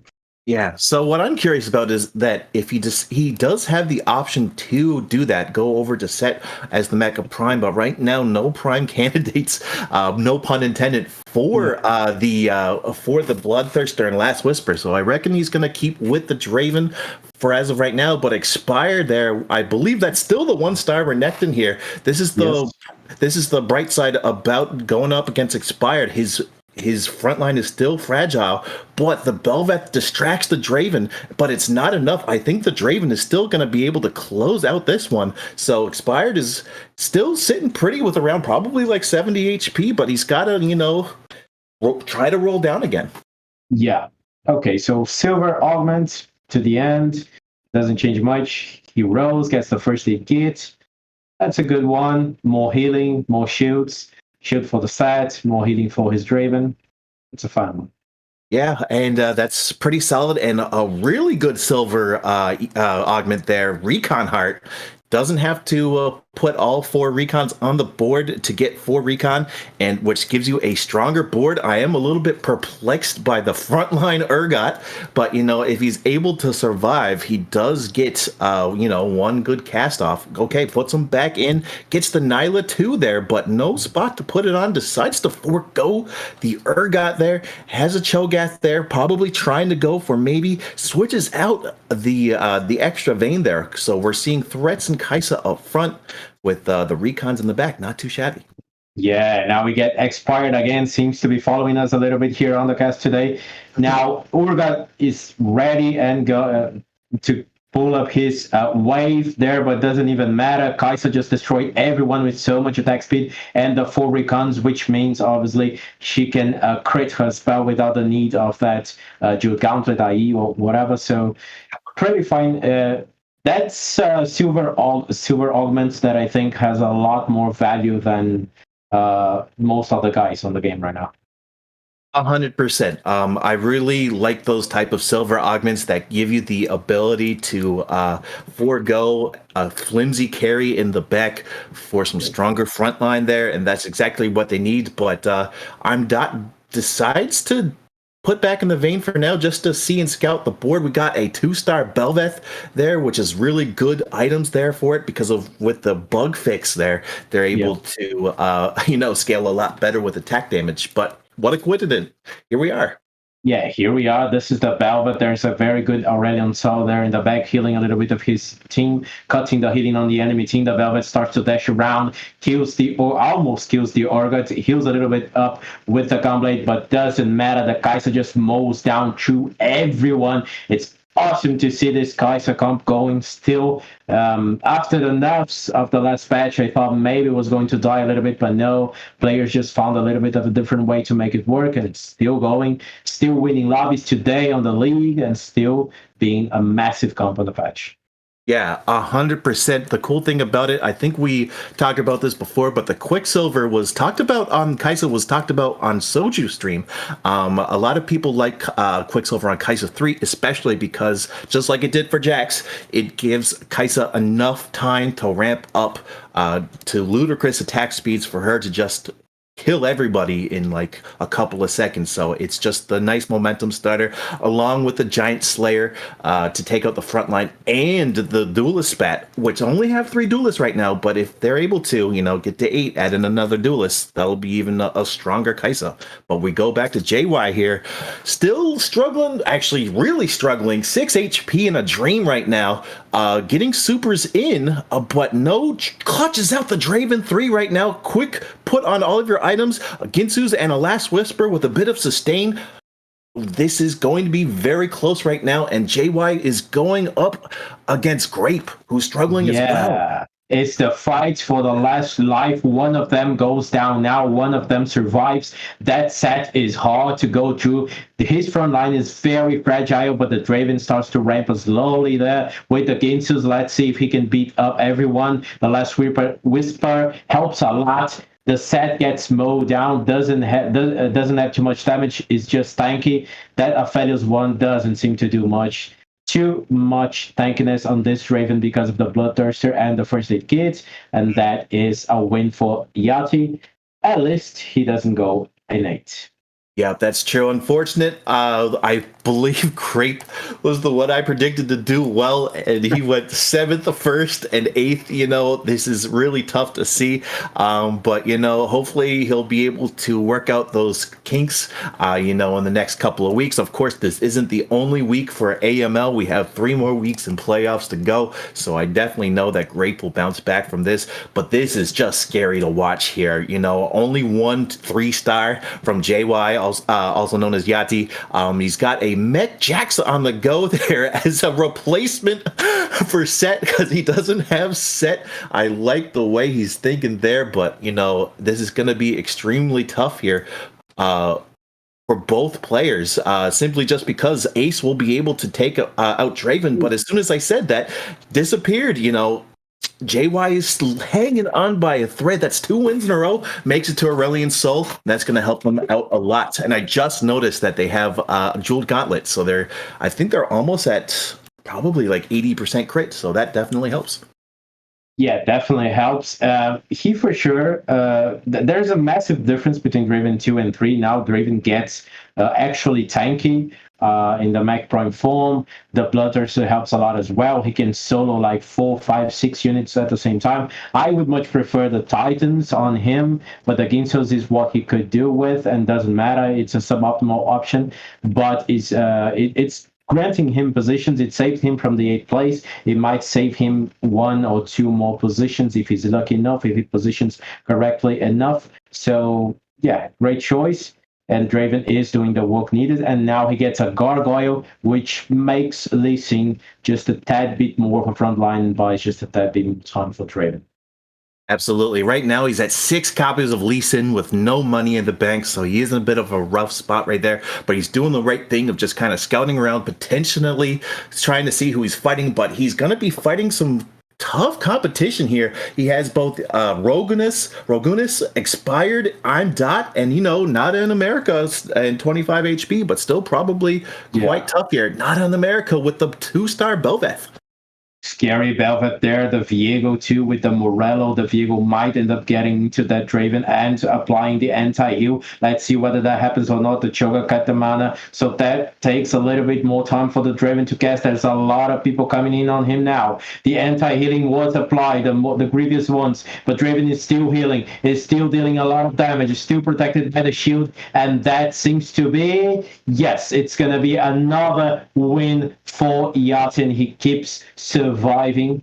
Okay, that Draven is fine, but it's less life every time, so you cannot be safe. Yeah, I feel like JY has been really lucky.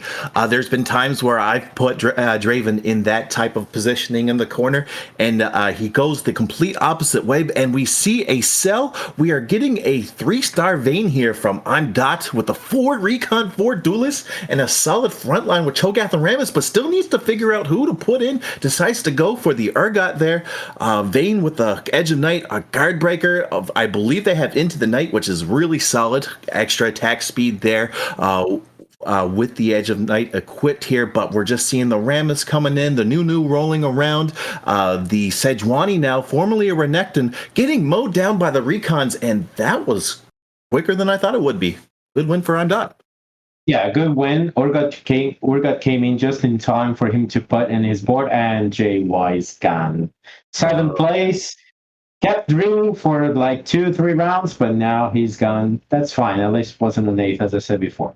But going back to the threats there, Roll Down got the Vayne. The Into the Night is really good. Definitely a lot of attack speed there, and is getting closer and closer to getting that Kaiser 3, which is the win condition for him. The ring to get that top 1 maybe in the end. Yep, so we're seeing 416 here right now, relinquishing Jack here, Jax, but has to put the Prime Emblem on. I don't know if he did or not. He did not. So that is a little bit rough there. A little bit of a misplay by 416 trying to get the mech together. 2 Samiras, no 2-star there. It looks like they're about to get mowed over by the what I thought was the Recon team, but no, it's 4 Yardsborn's Misfortune and Vayne team with Duelist Misfortune. That's pretty interesting. Duelist Misfortune with a Morello on her, sort of like more of a support of Misfortune. I mean, obviously she's going to do a lot of damage anyway with the Ace, but yeah. It's pretty interesting unit to have there on his board. Absolutely, and I just noticed they also have Axiomark, so pretty much means more mana, more casting from Misfortune. That's extremely interesting. I love Axiomark on Misfortune, but I like how he has Axiomark on there with the Morello to pretty much provide more anti-heal if Misfortune goes for the kills. Yeah, definitely a good unit since it's a con and spreads out to a lot of units. Now, hoping to see the Mech Prime Leona here, although he gave up on the idea apparently because so the Wukong gets the Samira 2 finally. 416 with an interesting decision to keep a Set and a Leona, which are very good tanky units on their own without the Mech Prime. And, the Wukong, yes. Please. No. He has to ignore it. Yeah. No. Decides against the Mech Prime. He only has Set and Leona. You need one more Mech Prime to turn them big. So I guess he's foregoing against it right now, and is going up against Arizona State University's Expired here with Laser Corpse. Nothing too crazy, but with the Mordekaiser in, proving that he's number 1, and he gets taken out. There's oh man, Dragonmancer Ash? I haven't seen that one forever. Boom goes the Dynamite. 416 out at 6th place. Yeah. All of us being laser core players, we know the difference Mordekaiser makes with that fragmentation that he causes with the MR. All that drone damage gets so amped up, and it's insane. And that Sejuani does also a lot of work. It's really hard to kill with that Visage there, and also the CC that it provides. So it's really safe for this center to do work. And that is not to say about the Static Shift and the Ionic Spark as well. If you didn't have Mordekaiser, you still have a lot of MR Shred. Absolutely. I really like, sometimes you only have two components left and it's just a safe bet to slam those items. And Ion Spark really good because you're not always going to get Mordekaiser. And the 6 Laser Corps there by Expired here, doing a good job here. But the Sejuani goes down. The 4 Recons are coming out to play. But the Fiddlesticks did what they could to kind of keep them corralled in one area. But it's not enough here. But he survives with 10 HP. But for Yardborn goes down. At 5th place, we got our top 4 with Rogunia. I got Nada in America, who was in the lower echelon for quite some time, able to clutch it out with a win streak. And on Dot, by the way, sitting pretty at 3rd place with 11 points as they make it over to Zach. Yeah, I've seen great positioning by Expired on the Shroud, getting as many carries on the opponent as he can, and he's getting a lot of carries for every time, for every fight he goes to. But in that case, did not matter. As we know, the recon units have low mana pools, so the Shroud doesn't affect them that much, and they are really, really powerful at taking down those high HP units like the Sejuani herself. So, yeah, didn't matter that much. He couldn't win. But at least the top 4 is secured. As you said, the bottom 4 are all gone. And now we know who the top 4 is in this game. Now let's see who the top 1 is going to be. And which choice would you make here? Thieves gloves. Honestly, sometimes I would try. It's stage 6 right now. If we were going into stage 5, I would probably go for like a single item, maybe like that Giant Slayer that was shown here, and then maybe get another item for Zed at the carousel. But it's kind of getting a little bit too far there right now. Grabs not 1, not 2, but 6 copies of Zed at 0 gold, so I don't know what he could do possibly there. He could try to take out the Leona if he really wanted to and put in 2 Zeds for more lasers. But as we go in here against Ragunis with the double bubble trouble with Zoe here, just taking out what I thought was going to be the front line here, but the Skylines come in, slams down. Zoe still living. It doesn't matter what kind of front line or back line you have here. Zoe is not going to die, and Expired is out at 4th place. Yeah, he got a really nice Shroud there, but unfortunately, the enemy Shroud was on the same side as well, and he got shrouded on all of his units pretty much. The Senna, the Sejuani, the most important ones, obviously. So, yeah, it didn't work out great on that fight. And now we see the threats with the Kaisers doing a lot of work, and one Kaiser away from the Kaiser 3 and potentially the top 1, and now potentially the last fight as well, going for sure against Nada in America. Yep. So, on the bright side, they still have the Vayne 3 that clutched out the 1v2 against the Zach clones.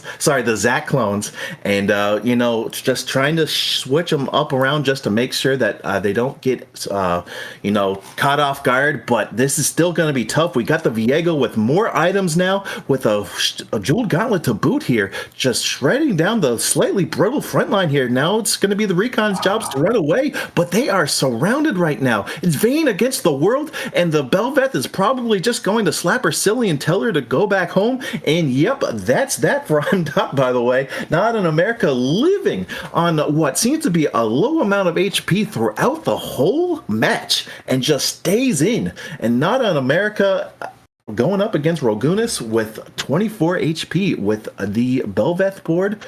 I'm really curious to see Rogunis' board. Oh yes, of course, that's the Zoe 3-star. Yeah.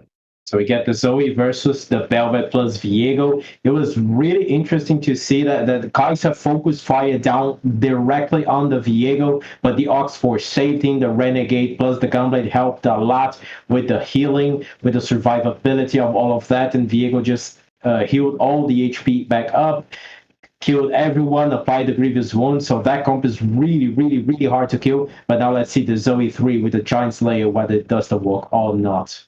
Yep, of course, I was wrong once again. I thought it was double bubble trouble, but it is in fact Sleepy Time putting 3 of the lowest HP people to sleep for 4 seconds, and that is more than enough to possibly take down the Viego and the Belveth. No more bouncing around for him. He's at a really good, comfortable spot, and it looks like Nada in America's going down at a very impressive 2nd place.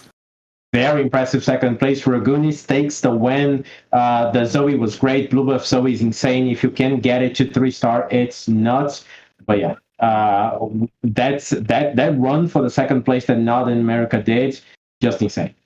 Oh, absolutely. I noted. I saw at the very bottom of the corner, around stage 3 or stage 4, Not in America was in around 30 to 40 HP, and they were just able to stabilize. Zoe was completely uncontested, and it was just almost just all she wrote there with the blue buff, the Giant Slayer, and the Jeweled Gauntlet.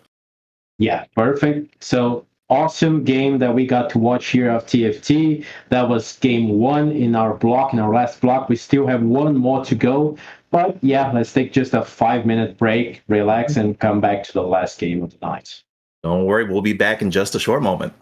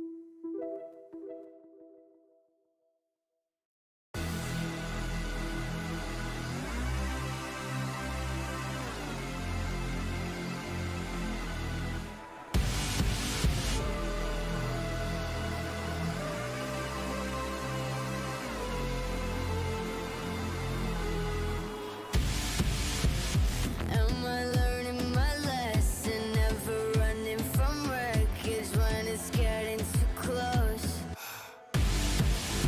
A million reasons to turn, a million ways to get burned, and still inside it I go.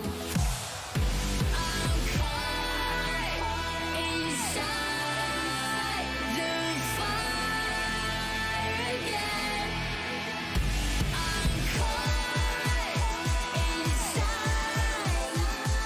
fire again.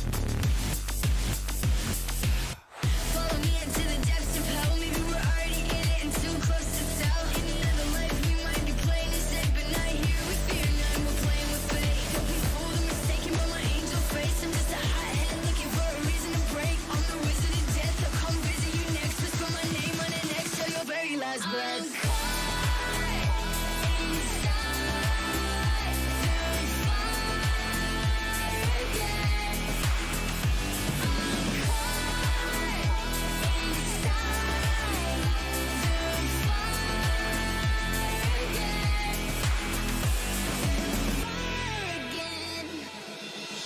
I'm caught inside the fire again. I'm caught inside of the fire again.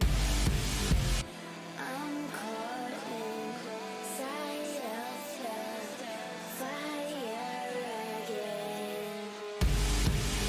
Follow me into the depths of hell. Maybe we're already there and too close to tell. In another life we might be playing it safe, but not here with fear. Now we're playing with fate. Don't be fooled or mistaken by my angel face. I'm just a hothead looking for a reason to break. I'm the wizard of death. I'll come visit you next. Whisper my name on an X till your very last breath.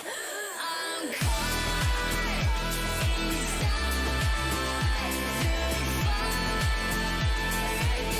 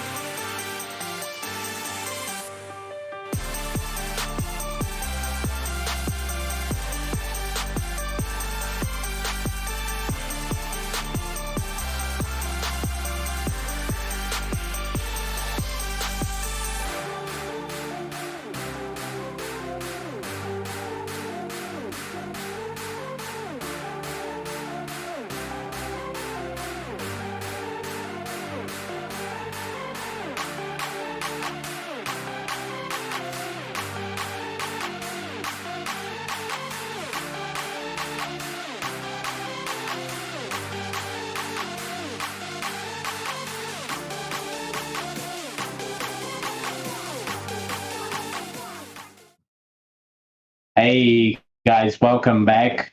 So we got a great first game there that we saw with Rogunis taking the top one with a massive, massive comeback from Nala in America for the top two there. But as far as comps go, not too much too different, right, Misha? No, absolutely, you're right. We saw recons, we saw a bit of mechs, we saw Draven.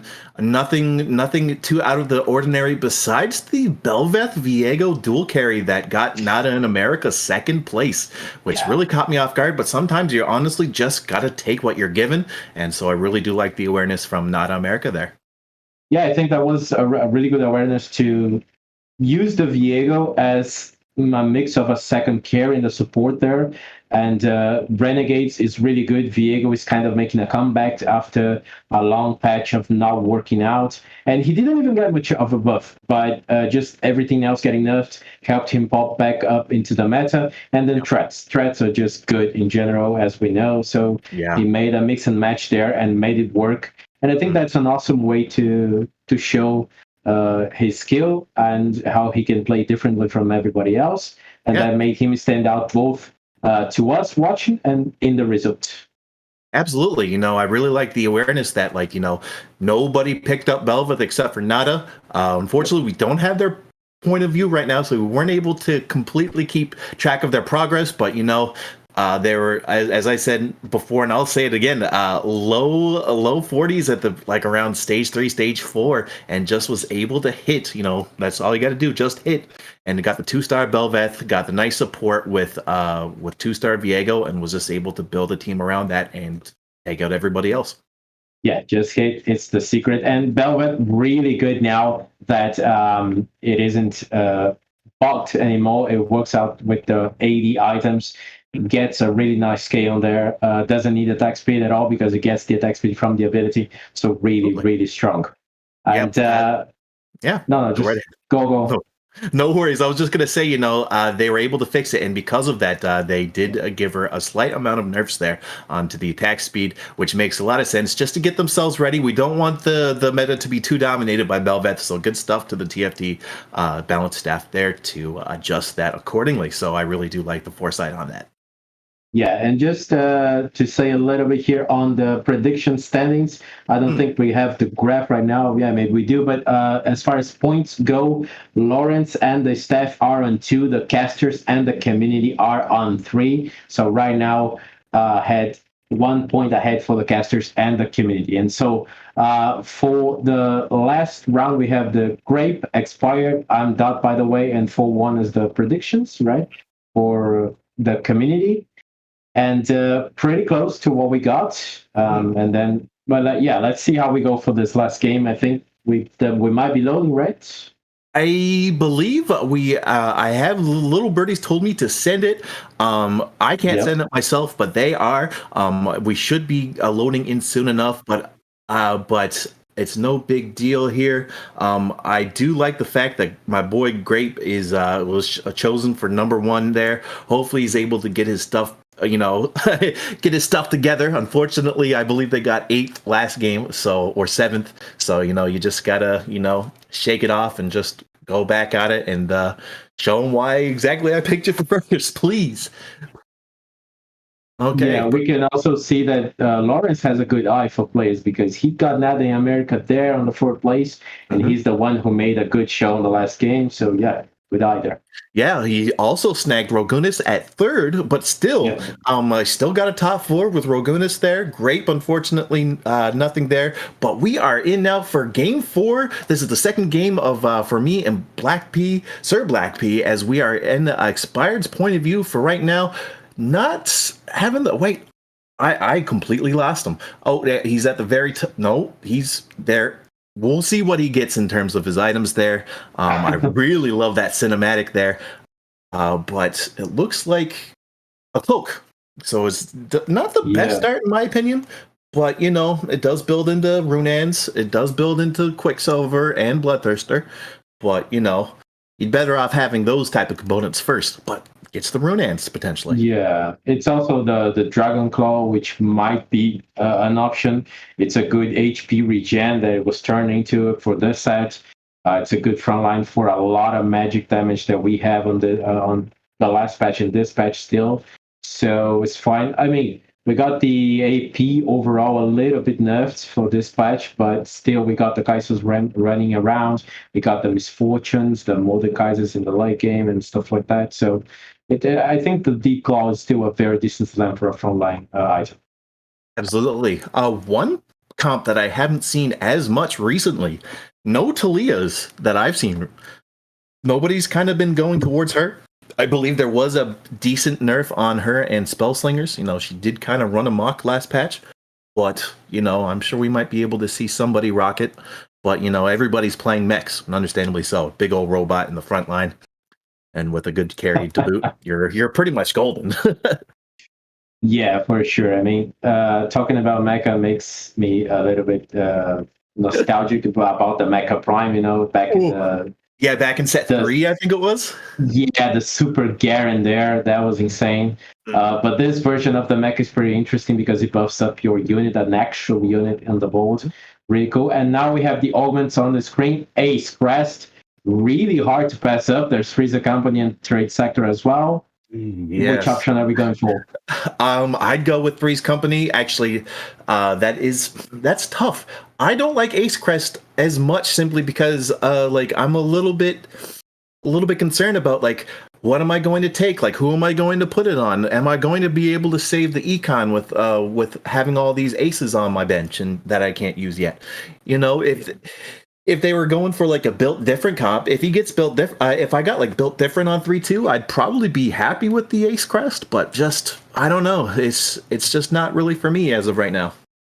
Yeah, and now we have JY with the Hacker emblem and the Runans, pretty set on playing a Zed here down the line. As far as the Ace Crest goes, I like it a lot. I think it's hard not to say no to it because it makes it really easy to go for the 4 aces, not needing the Mordekaiser. Obviously, as you said, it's kind of harsh not being able to play the aces until you can get all of them online. But then again, except for the Raven, you have MF and Samira, which are both 4 costs, which you probably only going to get on the roll downs late in the game, and you might get them both. So up until then, you can make any kind of board, and the ace is a nice thing that pretty much anything can use. That is a carry, of course. So I think it's pretty fine to take it and find the Misfortune in Samira down the line, unless you're just too heavily contested. Yeah, I really like that. Good point. We got JY's board here. I believe they got the Hacker Crest, which is pretty solid. Honestly, that Zed with 4 hackers is cursed. It gives you 70% Omnivamp for every single hacker, which is mind-boggling. Yep. So, you know, that's a really good thing to look forward to down the road. I used to love playing what I called Hacker Jacks before, you know, turn him into a mech and send him in the backline and he just bonks everything. I was accused in the PBE for one person told me that I broke Hacker. You know, unfortunately, Hacker Jacks wasn't in the meta. You know, that would have been fun to watch, but you know, another loss there for JY. It's pretty good. Sometimes you just got to know when your team's strong enough to go for a loss streak. For a win streak. And, you know, he doesn't have it right now. So good awareness. Yeah. Considering you usually won't build regen, any kind of Bloodthirster or Hodge, the Hand of Justice on Zed, it's really insane to get 75% universal healing there on him with a hacker. And yeah, as far as the win there instead of the loss, I think, yeah, that was bad, but at the same time, I think it's pretty fine when you get when you consider that just usually the first how do you say, the first time you get a reward there, it's really good. If you get like the 10 or 11 gold, it's just insane for your econ. You don't really need to keep refreshing the rewards. So that's true. Right now, the underground synergy is just really, really good in the early game. Doesn't matter if you get too many losses or wins. Yeah, so we see 416 going for a nice recon and a brawler comp. You know, nothing too crazy. Might go for a laser corpse down the road. Recon gives them good get off me mechanic there, rolls away. They've been doing what they can to kind of, you know, make it so that you don't roll into the enemy team. The Rammus goes down there, but so does her teammates. Not a good I just realized calculated loss. This is actually a pretty good loss. 2 units on the board. They get the free re-roll and the 2 gold, and we're going straight to carousel with 3 spatulas.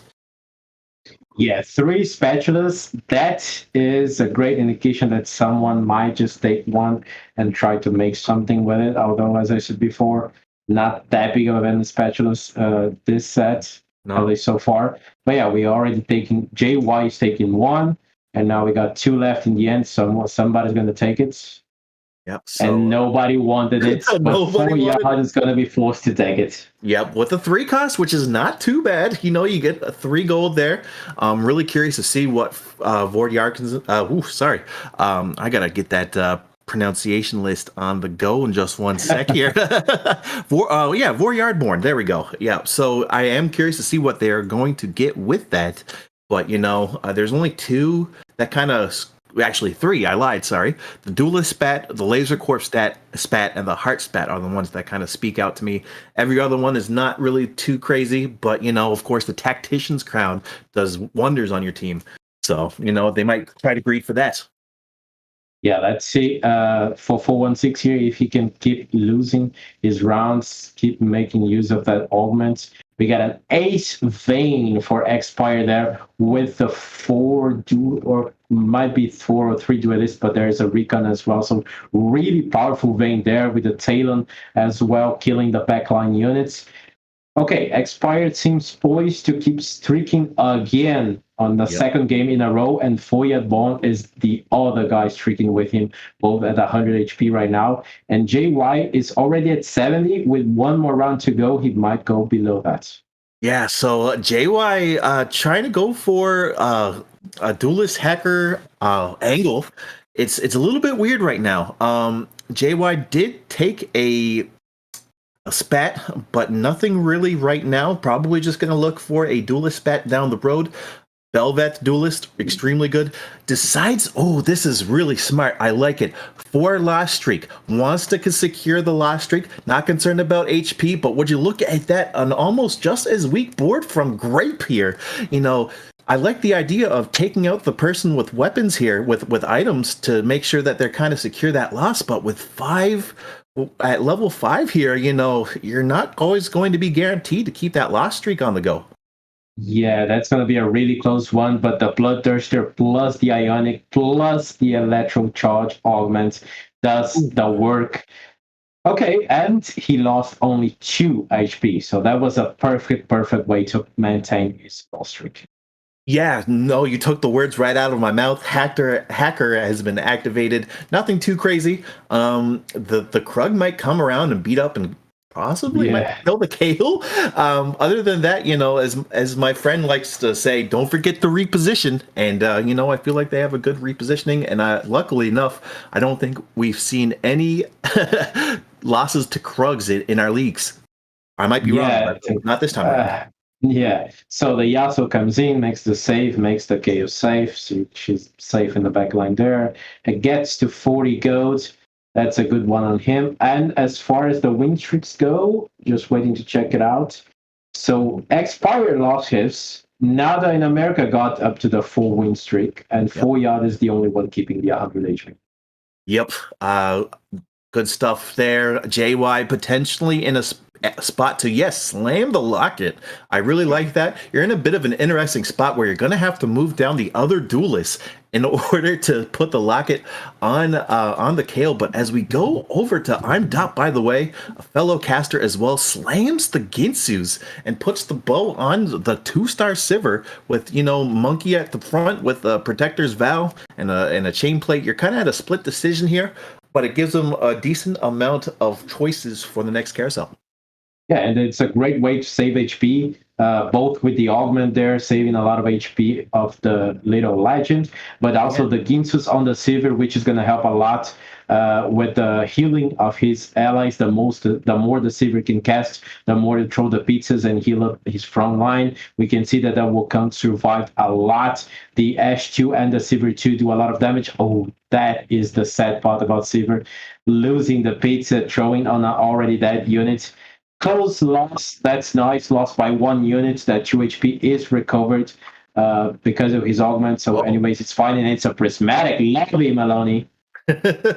Oh my goodness. Was it Band of Thieves 2, Ancient Archives 2, or Verdant Vale? Verdant Vale, one of my favorites in the brawlers, but brawlers are kind of no more. Band of Thieves, extremely good to beef up your front line. I really like that choice. The Ox Force Crown, that is an interesting one. I would definitely see an Ox Force Belveth angle if they were even remotely going for it, but this is expired here. Probably not too impressed here. Double Trouble's not going to do you any good with the 4 ace comp. Electrocharge is okay with the front line, but right now he's going with a decent augment there with with Electrocharge 3. If he decides to go for mech and aces, that's going to give the set a lot of damage just by that passive alone. Yeah, and now we get the double gloves there for JY, and we get the face-off between the two of them. It seems that the double gloves are doing just so much work in favor of JY, and he found the Z as well already on 3-2, so he is pretty nicely set for the next part of the game. Absolutely. He's at an interesting spot. It looks like JY rolled down a lot for that. That's just how the meta is right now. And he's stable enough. He's got around, I believe, 10 to 20 gold to get back up. But we're seeing, Expired's board now here, slowly putting out the pieces of mech. Got a few Ox Force there. He's going to probably forgo the Mecha Prime Selector. It does give you a nice amount of AP and AD, 70% each, but you do sacrifice it. He's gonna sell the Vayne and just keep the Ace Spat on the bench right now. Yeah, there isn't really that much of a benefit to just turn into a Mech Prima unit that you don't even have items to go on. You don't want to put the items on the Draven as well, because he's going to end up being sacrificed later in the game, because your carry is going to be somebody else like the Misfortune or the Samira. Yep. Although he is going to take a lot of damage to his face from Fuya now, who is already a level 7 on 3-3, so that is harsh for him. Oh, yeah. And the Ezreal with the Heart Spat. So that was one that I haven't seen in a long time. Normally you would put that Heart Spat on Zoe, but the Underground, I believe he has Underground Heart Soul too. So it looks like potentially 5 Underground with an Ezreal just shooting out these laser balls that chill you. So you basically lose a lot of attack speed there too with the Ezreal. So it's scary, and he might even be going the different underground approach. I know a lot of top players from China do this, that they just keep cashing out Heist 1 over and over and over again, and it gives them a solid 10 gold every time. Yes, exactly. It's pretty nice. Sometimes it's just 5 in a component, which can also improve your board heavily with an extra full item that you make. There's also the fact that Ezreal is indeed a really good applier of the hard effects, low mana pool. And then also I think Ezreal is quite underrated sometimes by some players, because that chill effect is really, really insane. It can be really, really deciding in some fights. And we get a very early Sejuani for 416 here, playing the 3-star Ashe and the Renekton on the front line. Yeah, the 3-star Ashe with the Renekton and the supers at the magical HP right there, giving them a nice power-up boost there. Just the front line is kind of collapsing, though, compared to everybody else. But, this is still doable. The Ezreal... Oh, no, never mind. We got two aces on the field. Both... Yeah. Wow, that really caught me off guard. He decides to go for both Misfortune and Samira at the same time, but clutches it. Gets rid of the streak from 4 Yardborn. That was wild. That was extremely clutch. Only 2 items on the Ashe 3, but still, I don't know, still a key component in his team. Yeah, key component, clutch fight for him, great for him and the entire lobby to cut the streak from 4 yard and maybe cut his wings a little bit, see if he doesn't fly too far away from the rest of the lobby. And it's really insane for 416 here to have this 3-star Ashe and still have that much economy to go on. But the plan loss there seems to have done the work for him. Got a lot of gold, got a lot of rolls early in the game, got his unit, and now he has a 3-star, really good carry into the late game to keep the Laser Corps up. Let's see if he goes for our 6 Laser Corps comp. Yeah, he's in a really good spot. Currently at 4, could get a number 5 at 7, could get a number 6 at 8. So definitely a really good idea. With the super still intact, by the way, which is kind of wild. The Talon tried to tickle the Ash, no dice there. Expired, not looking too hot right now. At 42 at the bottom, along with Grape. Grape struggling to get it going, but on the bright side, did cut out the bleeding here. 38 HP though. Might try to pull a Nada in America from last game, but it's going to be really tough. Grandmasters and Masters in this league, so you can't slack off at any time whatsoever. Yeah, and here we see the duelist with the Solari there, as you said before, had to pull the duelist one row back there because to use the Solari. But I think I like that positioning very much. It's fine to just have them walk just one row up, and also it kind of pulls the enemy team a little bit, so that gets a little bit more free space there in the backline to work with the carries. So I think it's really fine. It's really good. And obviously the Solari is a key component to make these duelists work. All of them quite squishy, so giving them effectively 400 extra HP there with the shield. It's really, really big. So this is a little bit perplexing to me. He decides to slam the Hodge. It does give you a bit more damage and more healing, which is nice. Yep. But he does have hackers on deck. So instead of going for that, he could have went for possibly like a Quicksilver instead. But that's just my opinion, of course. But the 6th duelist, no hackers in sight. I don't know if that was a tiny undersight there, but we'll see if this really kind of changes anything. But the Quicksilver would have been pretty nice against this Vel'Koz comp with with the Shojin, the Shiv, and the Spellslinger emblem making quick work. But speaking of quick work, the duelists are just taking out the backline there, and now it's 4-on-2 right now. The Fiora providing a lot of support with the Chalice of Harmony and just takes out Rogunia's team there, and finally flies over the Spat. That was wild. I don't even know where the hacker emblem went. Oh, it's on. Yeah, it's on the Nyla on the bench now. That Jubilant Veil can be really insane for a Z play, but he makes the choice to change it. Goes into the Knight quite literally with the Vein Augment with the. Now let's see where he puts it. It's going to be on the Z. It used to be a core Z item. Who knows? I believe it still is, in my opinion. I also like Quicksilver on Zed as well. But I do like this option of having Echo in. At the same time, you don't have to go for Hacker. It is a little bit tough having to field in both LeBlanc and Zoe. So I do like this 2-star Echo at the front line, pretty much providing them more than enough, beefiness to help the duelist push through. Great taunt, great shield, and here we are with a Brawler Mecha set. Yes, Brawler Mecha set that's really hard to go through. Let's see whether the Z can do the work or not. Remember, the Z does shred a little bit of enemy defenses when he casts. The Misfortune is ready to throw all her bullets on that big amount of duelists there, and she does the work, kills a lot of them. Now the set is still really tanky. The Ionic also doing work every time everyone casts, but the Misfortune kills almost everyone. The Vayne is safe in the corner. That is a win against the Misfortune to do this gets the win. I like also the positioning that he got with the Echo on the front line. He freed up Zed in the back. He also has a nice healing from the Hodge plus the Hacker, so he feels more free to position the Zed any way he can. With the Solar, it's kind of weird to position him around. Long have we awaited for this moment for Expired. He stabilizes at level 7 with 2 wins, 62 gold, and 4 aces on the board. Not a bad recovery for Expired here. 42 HP, but it seems like almost everybody's kind of clumped up together in the 40s and the 50s with the exception of Vord Yardborn and 416 here. JY looking pretty good this time as well. But as we go in here, he's just looking around right now, fighting Mordekaiser in the undergrounds. Yeah, we got Samira, we've got Mordekaiser on the board there. We got the Hot Ezreal that we saw before. Misfortune's casting on both sides, but this set is just way too much to be handled on 4-3.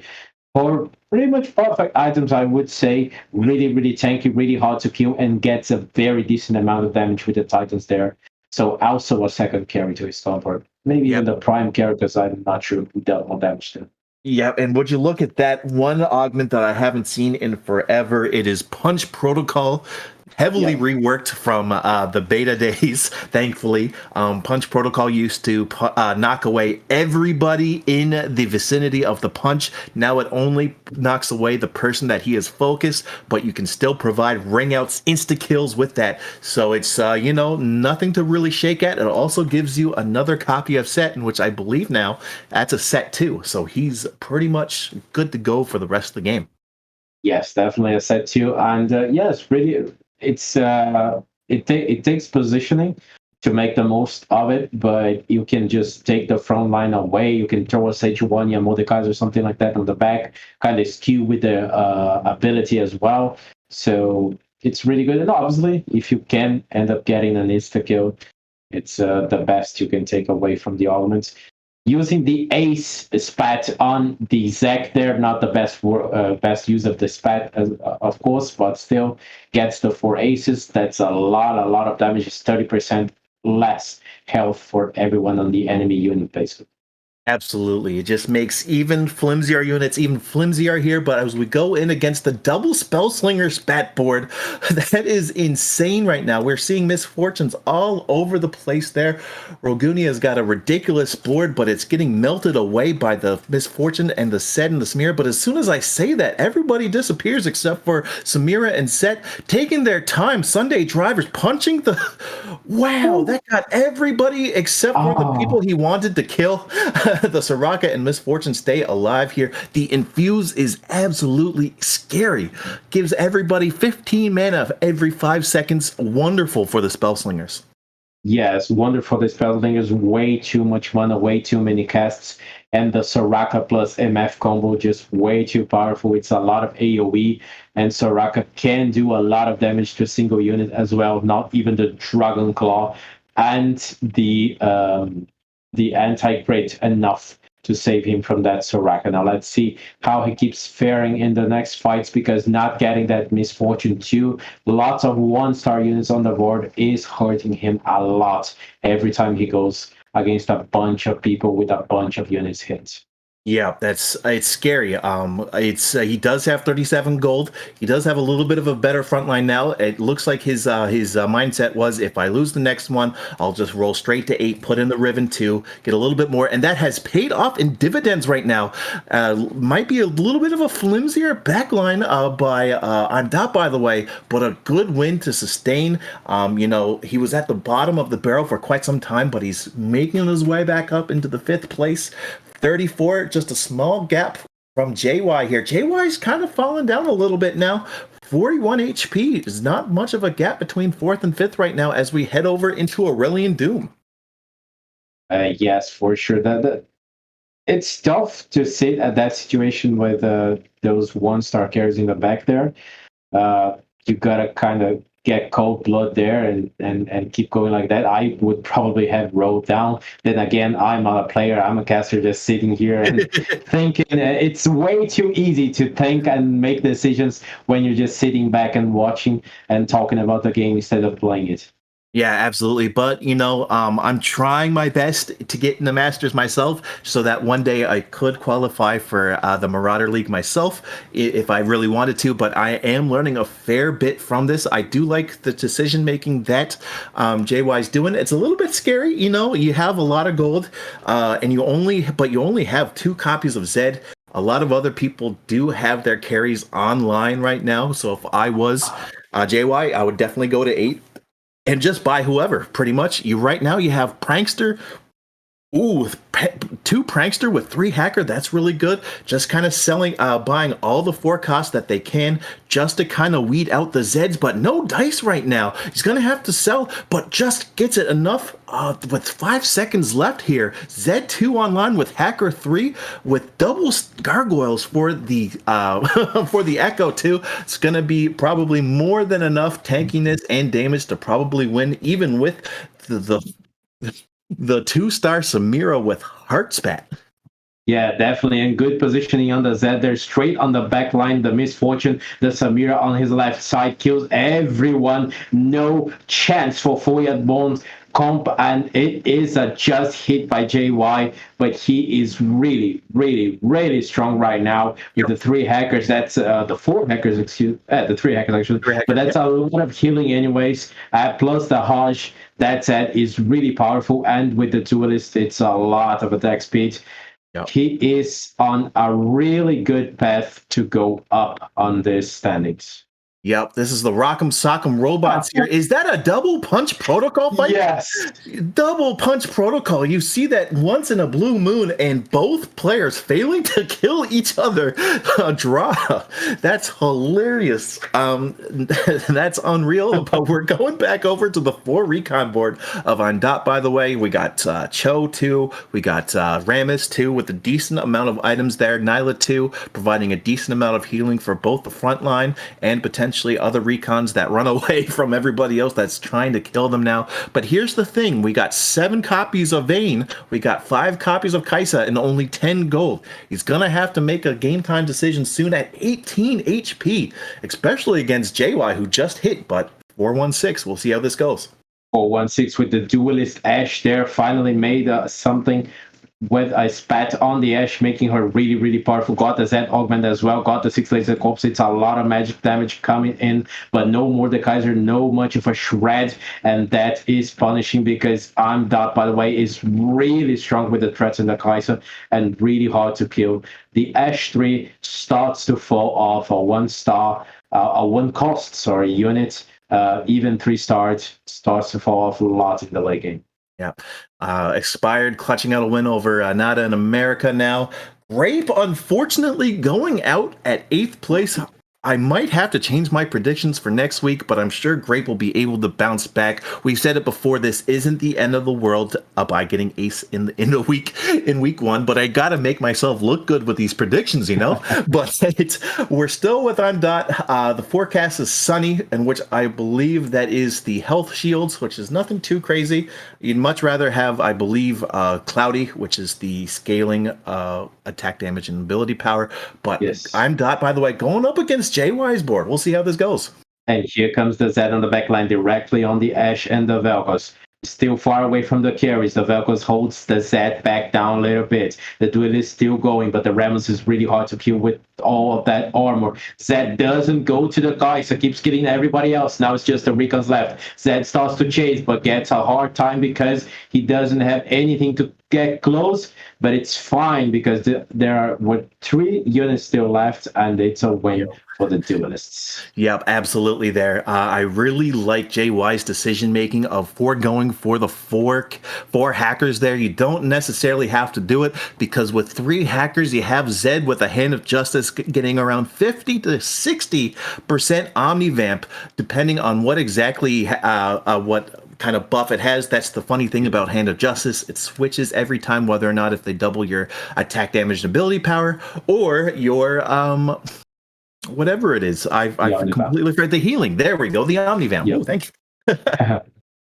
So we got 416 here with an interesting situation here. A Zed carry augment. He does have 4 laser corps still. He's trying to find a way to get everybody in. He should be able to get 6 laser corps in surely, but decides to go for 6 duelists instead with the duelist spat on Ashe. The front line is a tiny bit flimsy. He's with the supers. It's only like, I believe, 21% damage increase now because of the nerfs. And here comes the Zed hacker, that 2-star Zed that is really powerful directly on his carry. That's really, really hard to deal with. The Ashe runs away, but it's not enough. The Zed kills it already. There's no carry left for 416. His Zed is still there, but it's a Z1. Probably not enough to kill the Z2. And yeah, still a Vayne as well. 416 almost dead. And Nada in America made an insane run in the last game, but not this time. It's a top 7 for Nada in America. Yep, unfortunately, that's just how it goes sometimes. Can't always be consistent, but you got to just take it in stride. You had a great great game one. Game three, I believe. This is game one that we streamed here. But a Mordekaiser here now, in the spot now. You got to ask yourself now, what's more important, 3 supers or 6 laser corps? So it's 2-star units, but you kind of have just Lee Sin and Malphite. Yes, that is true. Finally, we do get the 2-star Zed here. Still missing a component, which is a little bit rough. He's literally stranded on a sword. But, 5 HP, he's just got to find a way to clutch it out. But against Expired, this is going to be a tall tale. Zephyr on the Ashe, that's too bad for him. But let's see if the 2-star Zed will make the difference. He's on 5 HP, it's the last life. Literally, the Ashe comes back from the Zephyr, starts hitting. Now his board seems to be a little bit more powerful. Not really. The set is just too much to deal with. The Ashe tries, but unfortunately it does not happen. 416 goes down, also does Undop, by the way, who takes the 5th place. 416 gets the 6th place, and we get our bot form decided, and therefore we already know who the top 4 is. Wow. First top 4 of the night, says JY. Good stuff to them. Sometimes that's just how it is. But, you keep going at it. You keep playing. You just, as you said, you could just kind of have cold-blooded attitude. Just, shrug off whatever kind of, misplays that you have in the previous games. And here we are, first place right now with really good augments there. 6 duelists, 3 hacker, 3 laser corps just for the heck of it, and 2 prankster there, giving Zoe another frontline opportunity, along with the super annoying 2 Gargoyle Stoneplate Echo 2. Yeah, that Echo 2 is making a huge difference for him. Only gives him the prankster synergy, but that alone and the Echo himself, the power he brings, the shielding, the slowing of attack speed on the enemies as well, that is really, really powerful on that unit, and all of that buys enough time for that Zed to do the work. And as we saw before, even the cases where Zed dies, there is still a really powerful Vayne 2 here in the backline to finish off the job. Yep. And I just noticed that JY ended up greeting for a spatula, 2 spatulas with a Tactician's Crown, and it works in his favor. So good stuff to them. 10 units at level 9, a really good spot there. You get to slot a lot more options there. The Leona in the back gonna give them a little bit of a hard time. It's gonna take quite some time to choose whether or not who you want to hit. But we're going against the Spellslingers comp, which is very scary here. I wouldn't want to play against it, but the Zed is doing a great job getting through. And now I think he still has the Edge of Night. No, he does not. So it just plows right through. But the Misfortune has extremely low HP, but so does everybody else. And with the 2 Voidlings just kind of being the MVPs right now, 1 more ult from Misfortune, and now it's just Misfortune and the Zizirot versus the Zoe, and clutches it out against JY. Both players are still in an alright spot, but wow. The real MVPs were the Voidlings. Very close fight there. I gotta call it out. The Leona just walking around to the right and the left and not deciding which path she wanted to take. That hurt him a little bit. Also, the Zed on the complete opposite corner of the enemy carries.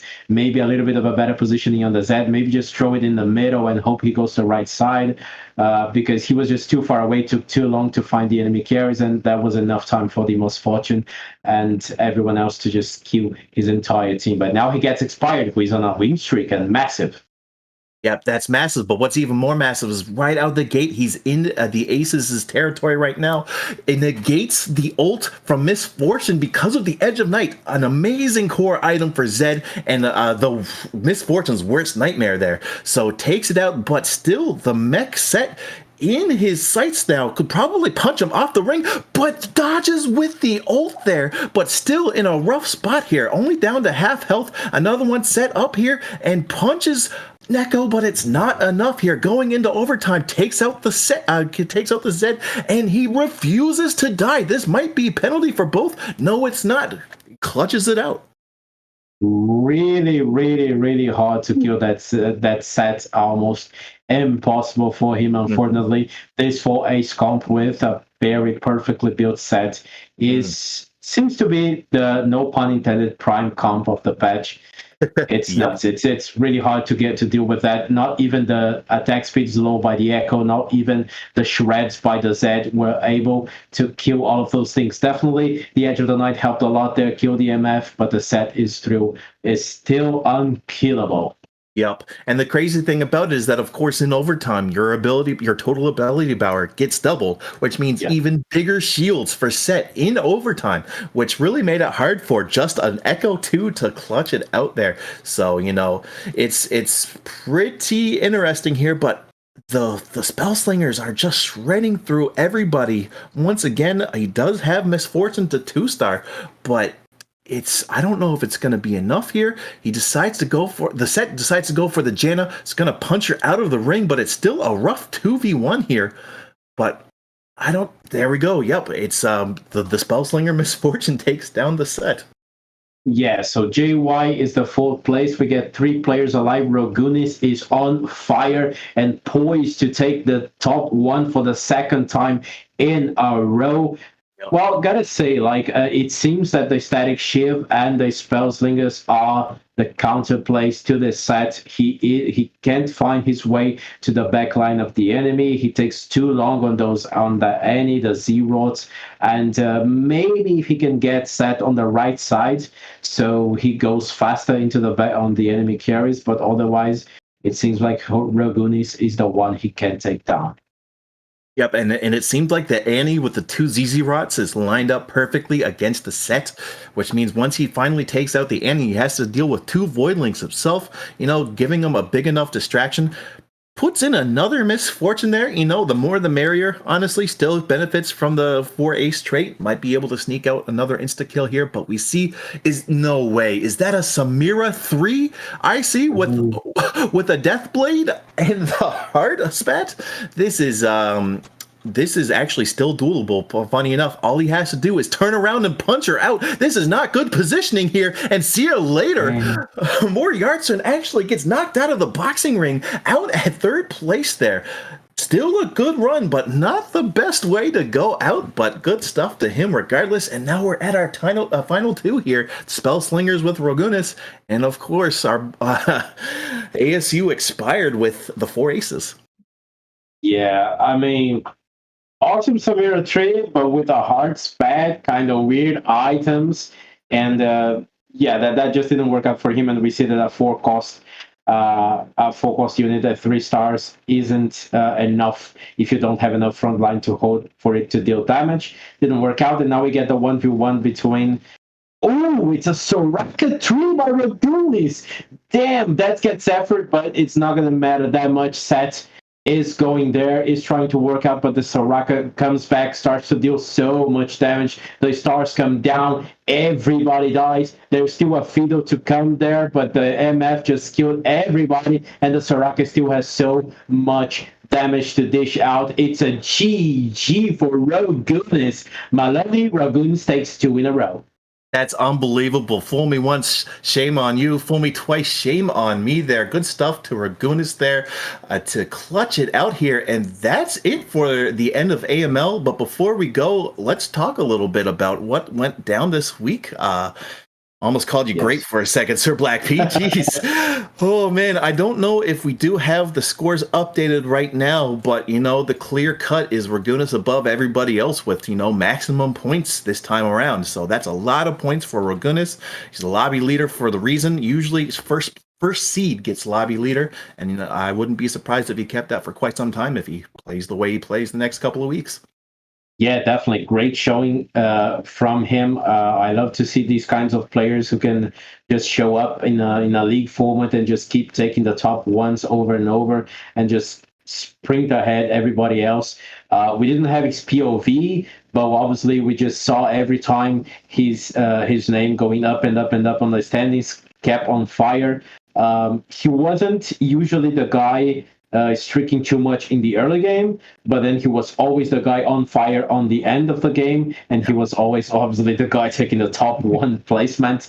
So great showing from him, and great showing that he wasn't necessarily playing the meta comp as well. He went for the Spellslingers, who were very nerfed, and still made it work to get to first place. Absolutely. Of course. So from matches 1 and 2 now here, we're just going over the predictions here. I believe that was the lobby of Catch, Nazareth, Expired, PH Dan, JY, Agro DH, Grape, and Best Ray here.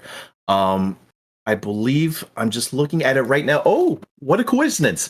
So we got it updated right now. Right now, the player in top 4 and the exact placements, you get more points if they're in the exact placements. Of course, you can follow us on Aegis Esports and follow us on YouTube, Aegis Esports TFT. Don't forget to hit that like and subscribe. But you know what, Sir Blackbeard, take it away with these predictions. So Lawrence got 2 points, the staff 2, casters 3, and the community 3. Casters and the community got 3 people exactly right. That was awesome. We saw PH Dan taking that, being the first there with Grape and Nazareth as well. Then we got Grape, Nazareth, and PH Dan as well. Obviously favorites of the predictions there and got good results there. We saw Expired, who was getting good results all through the night, but not exactly perfect on the predictions. Yeah, that's true. But, still good stuff to everybody there. 3 points there from both the casters and community and the staff. Lobby 2 now, I don't know if we have the full results there, but, but they are actually being done right now. So we're definitely going to be able to do that. Of course, Sir Blackbeard, we weren't able to commentate, of course, games 1 and 2. So I didn't see all of it. But, looking at it right now, it looks like Catch did a really good job. Nazareth did really well as well. Expired, doing, of course, really well. This is his first time in Masters, I believe. From playing, he's been, going through the grind of, getting coaches, all these sessions and stuff like that. He used to be a former StarCraft 2 professional player, so just going to TFT now, he's able to kind of just find a breakthrough and, find his comfort composition and is able to execute it almost every single time. So, good stuff to Expired, and it makes me feel good because, I actually ran into him a couple of times on ladder, and right now we're 1 for 1. So, it's not too bad. That's actually quite commonplace. We're seeing these professional players from other games coming in on TFT, especially the ones from strategic games, and they seem to do fair well on TFT. So we see how that ability translates and how they can pull it off in our beloved card game as well. Yeah, the funniest thing about it, I just realized both games are basically competitive problem solving, with StarCraft having a lot higher APM needed than in TFT, but you still need a fair bit to roll down. I don't know if you had the chance to watch, but we did a charity tournament for To Write Love in Our Arms, and sometimes some of the donation incentives was to sell your board. And so basically we had people sell their board at like 2-7 or 3-7, Krugs or Wolves, and they had, or even better, at 4-7. So they'd have to rebuild their team to be able to beat Aurelian Soul. And, Expired was able to do that. He was able to quickly roll down after selling everything and then just make a stable board after that. So it's good stuff to them. Yeah, and we know that can make quite a huge difference in 1v1 scenarios or even in late game scenarios in general. When you are in competitions, official competitions, maybe sometimes you gotta think fast, no pun intended with the arguments, but you gotta think fast and change your board a lot. Because sometimes when you get that 1v1, 1v2 scenario, well, this is what I get, but this is not winning. I got to change it all and make something happen because I need to try to sneak up that one more point. And some players are just able to do that. Yeah, and that's the toughest thing that I still kind of need to do myself. I usually just try to fight for top 4, top 3, but sometimes, you got to know when is the right time to kind of shove your chips all in and pretty much try to go and fight for top 1. You got to ask yourself, am I going to be able to do it? What's my comp? Can I push this even farther? What should I do? Should I roll for a 3-star forecast or go to 9 to help with my synergy? A lot of stuff is, required to, make your way through the ranks. Yes, exactly. So do we get the predictions for game 2 ready? Will be at any moment in our screens. Yes, here we go. So now we got Lawrence up to 3 points. The staff got to 5, also the casters and the community. So we got some hits there with, for example, the Steph getting right. And by the way, would be the first. We got Rogunis already showing up. Rogunis who had an insane showing on the lobbies 3 and 4. Really good stuff there. Lawrence, hurting a little bit. He really loves his Team Ambition players. 416 and Grape, noticeably absent. Not in America, had a great run on top 4 game 1, but not in lobby 2. But going to the casters here, same thing for the casters. Their TA boys unable to show up, but Rogunis and Vor Yardborn doing a really good job to clutch in. Lawrence has a bit of a gap to catch up to, but last but not least, we got Expired and I'm Dot holding it down for the community with, of course, the Team Ambition boys being ghosts once again. But good stuff to everybody there. It's not that far off, and good stuff to everybody getting good predictions. Yeah, for sure. Grape being great on the predictions.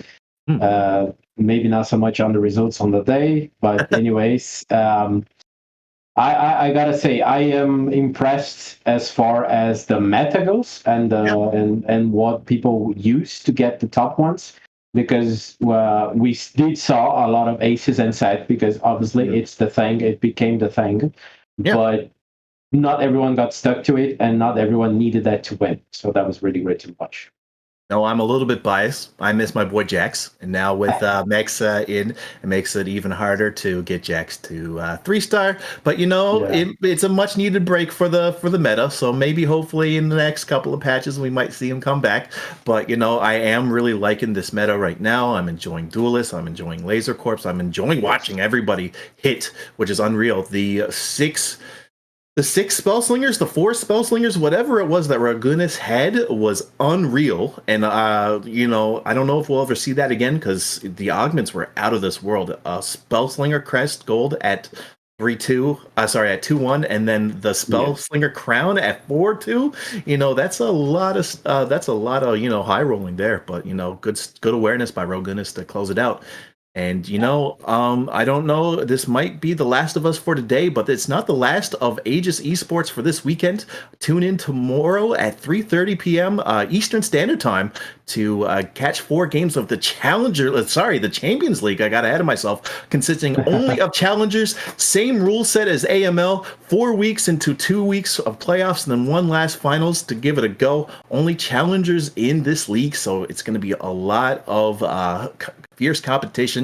We got the reigning champ, the person who I predicted to be correct, Arrow 1v9, coming in for tomorrow. So it's going to be really interesting to watch and see how those players adapt to the meta, just like our Marauder League players did. Yes, perfectly. And as always, thank you to everyone who watched us tonight, who accompanied us here. Thank you for Rio, Honey, Grislow here with us, helping us around with this broadcast, because we couldn't do it without you. And thank you, Maloney, for the great 2 games here casting together. Our first time together, but really, really great. Awesome. And of course, I can't wait to get us paired up again. I had a blast working with you. You definitely know what you're talking about. I really enjoy commentating with you. And, it gave us a lot of time to just kind of spit back and forth. We weren't a one solid role, which I really enjoyed. And I felt like that was made for good commentary. And I hope everybody enjoyed it as well. I guess this is our time to say goodbye. Once again, I'm Maloney and he's Sir Black P. Thank you so much for watching TFT Esports. Aegis Esports.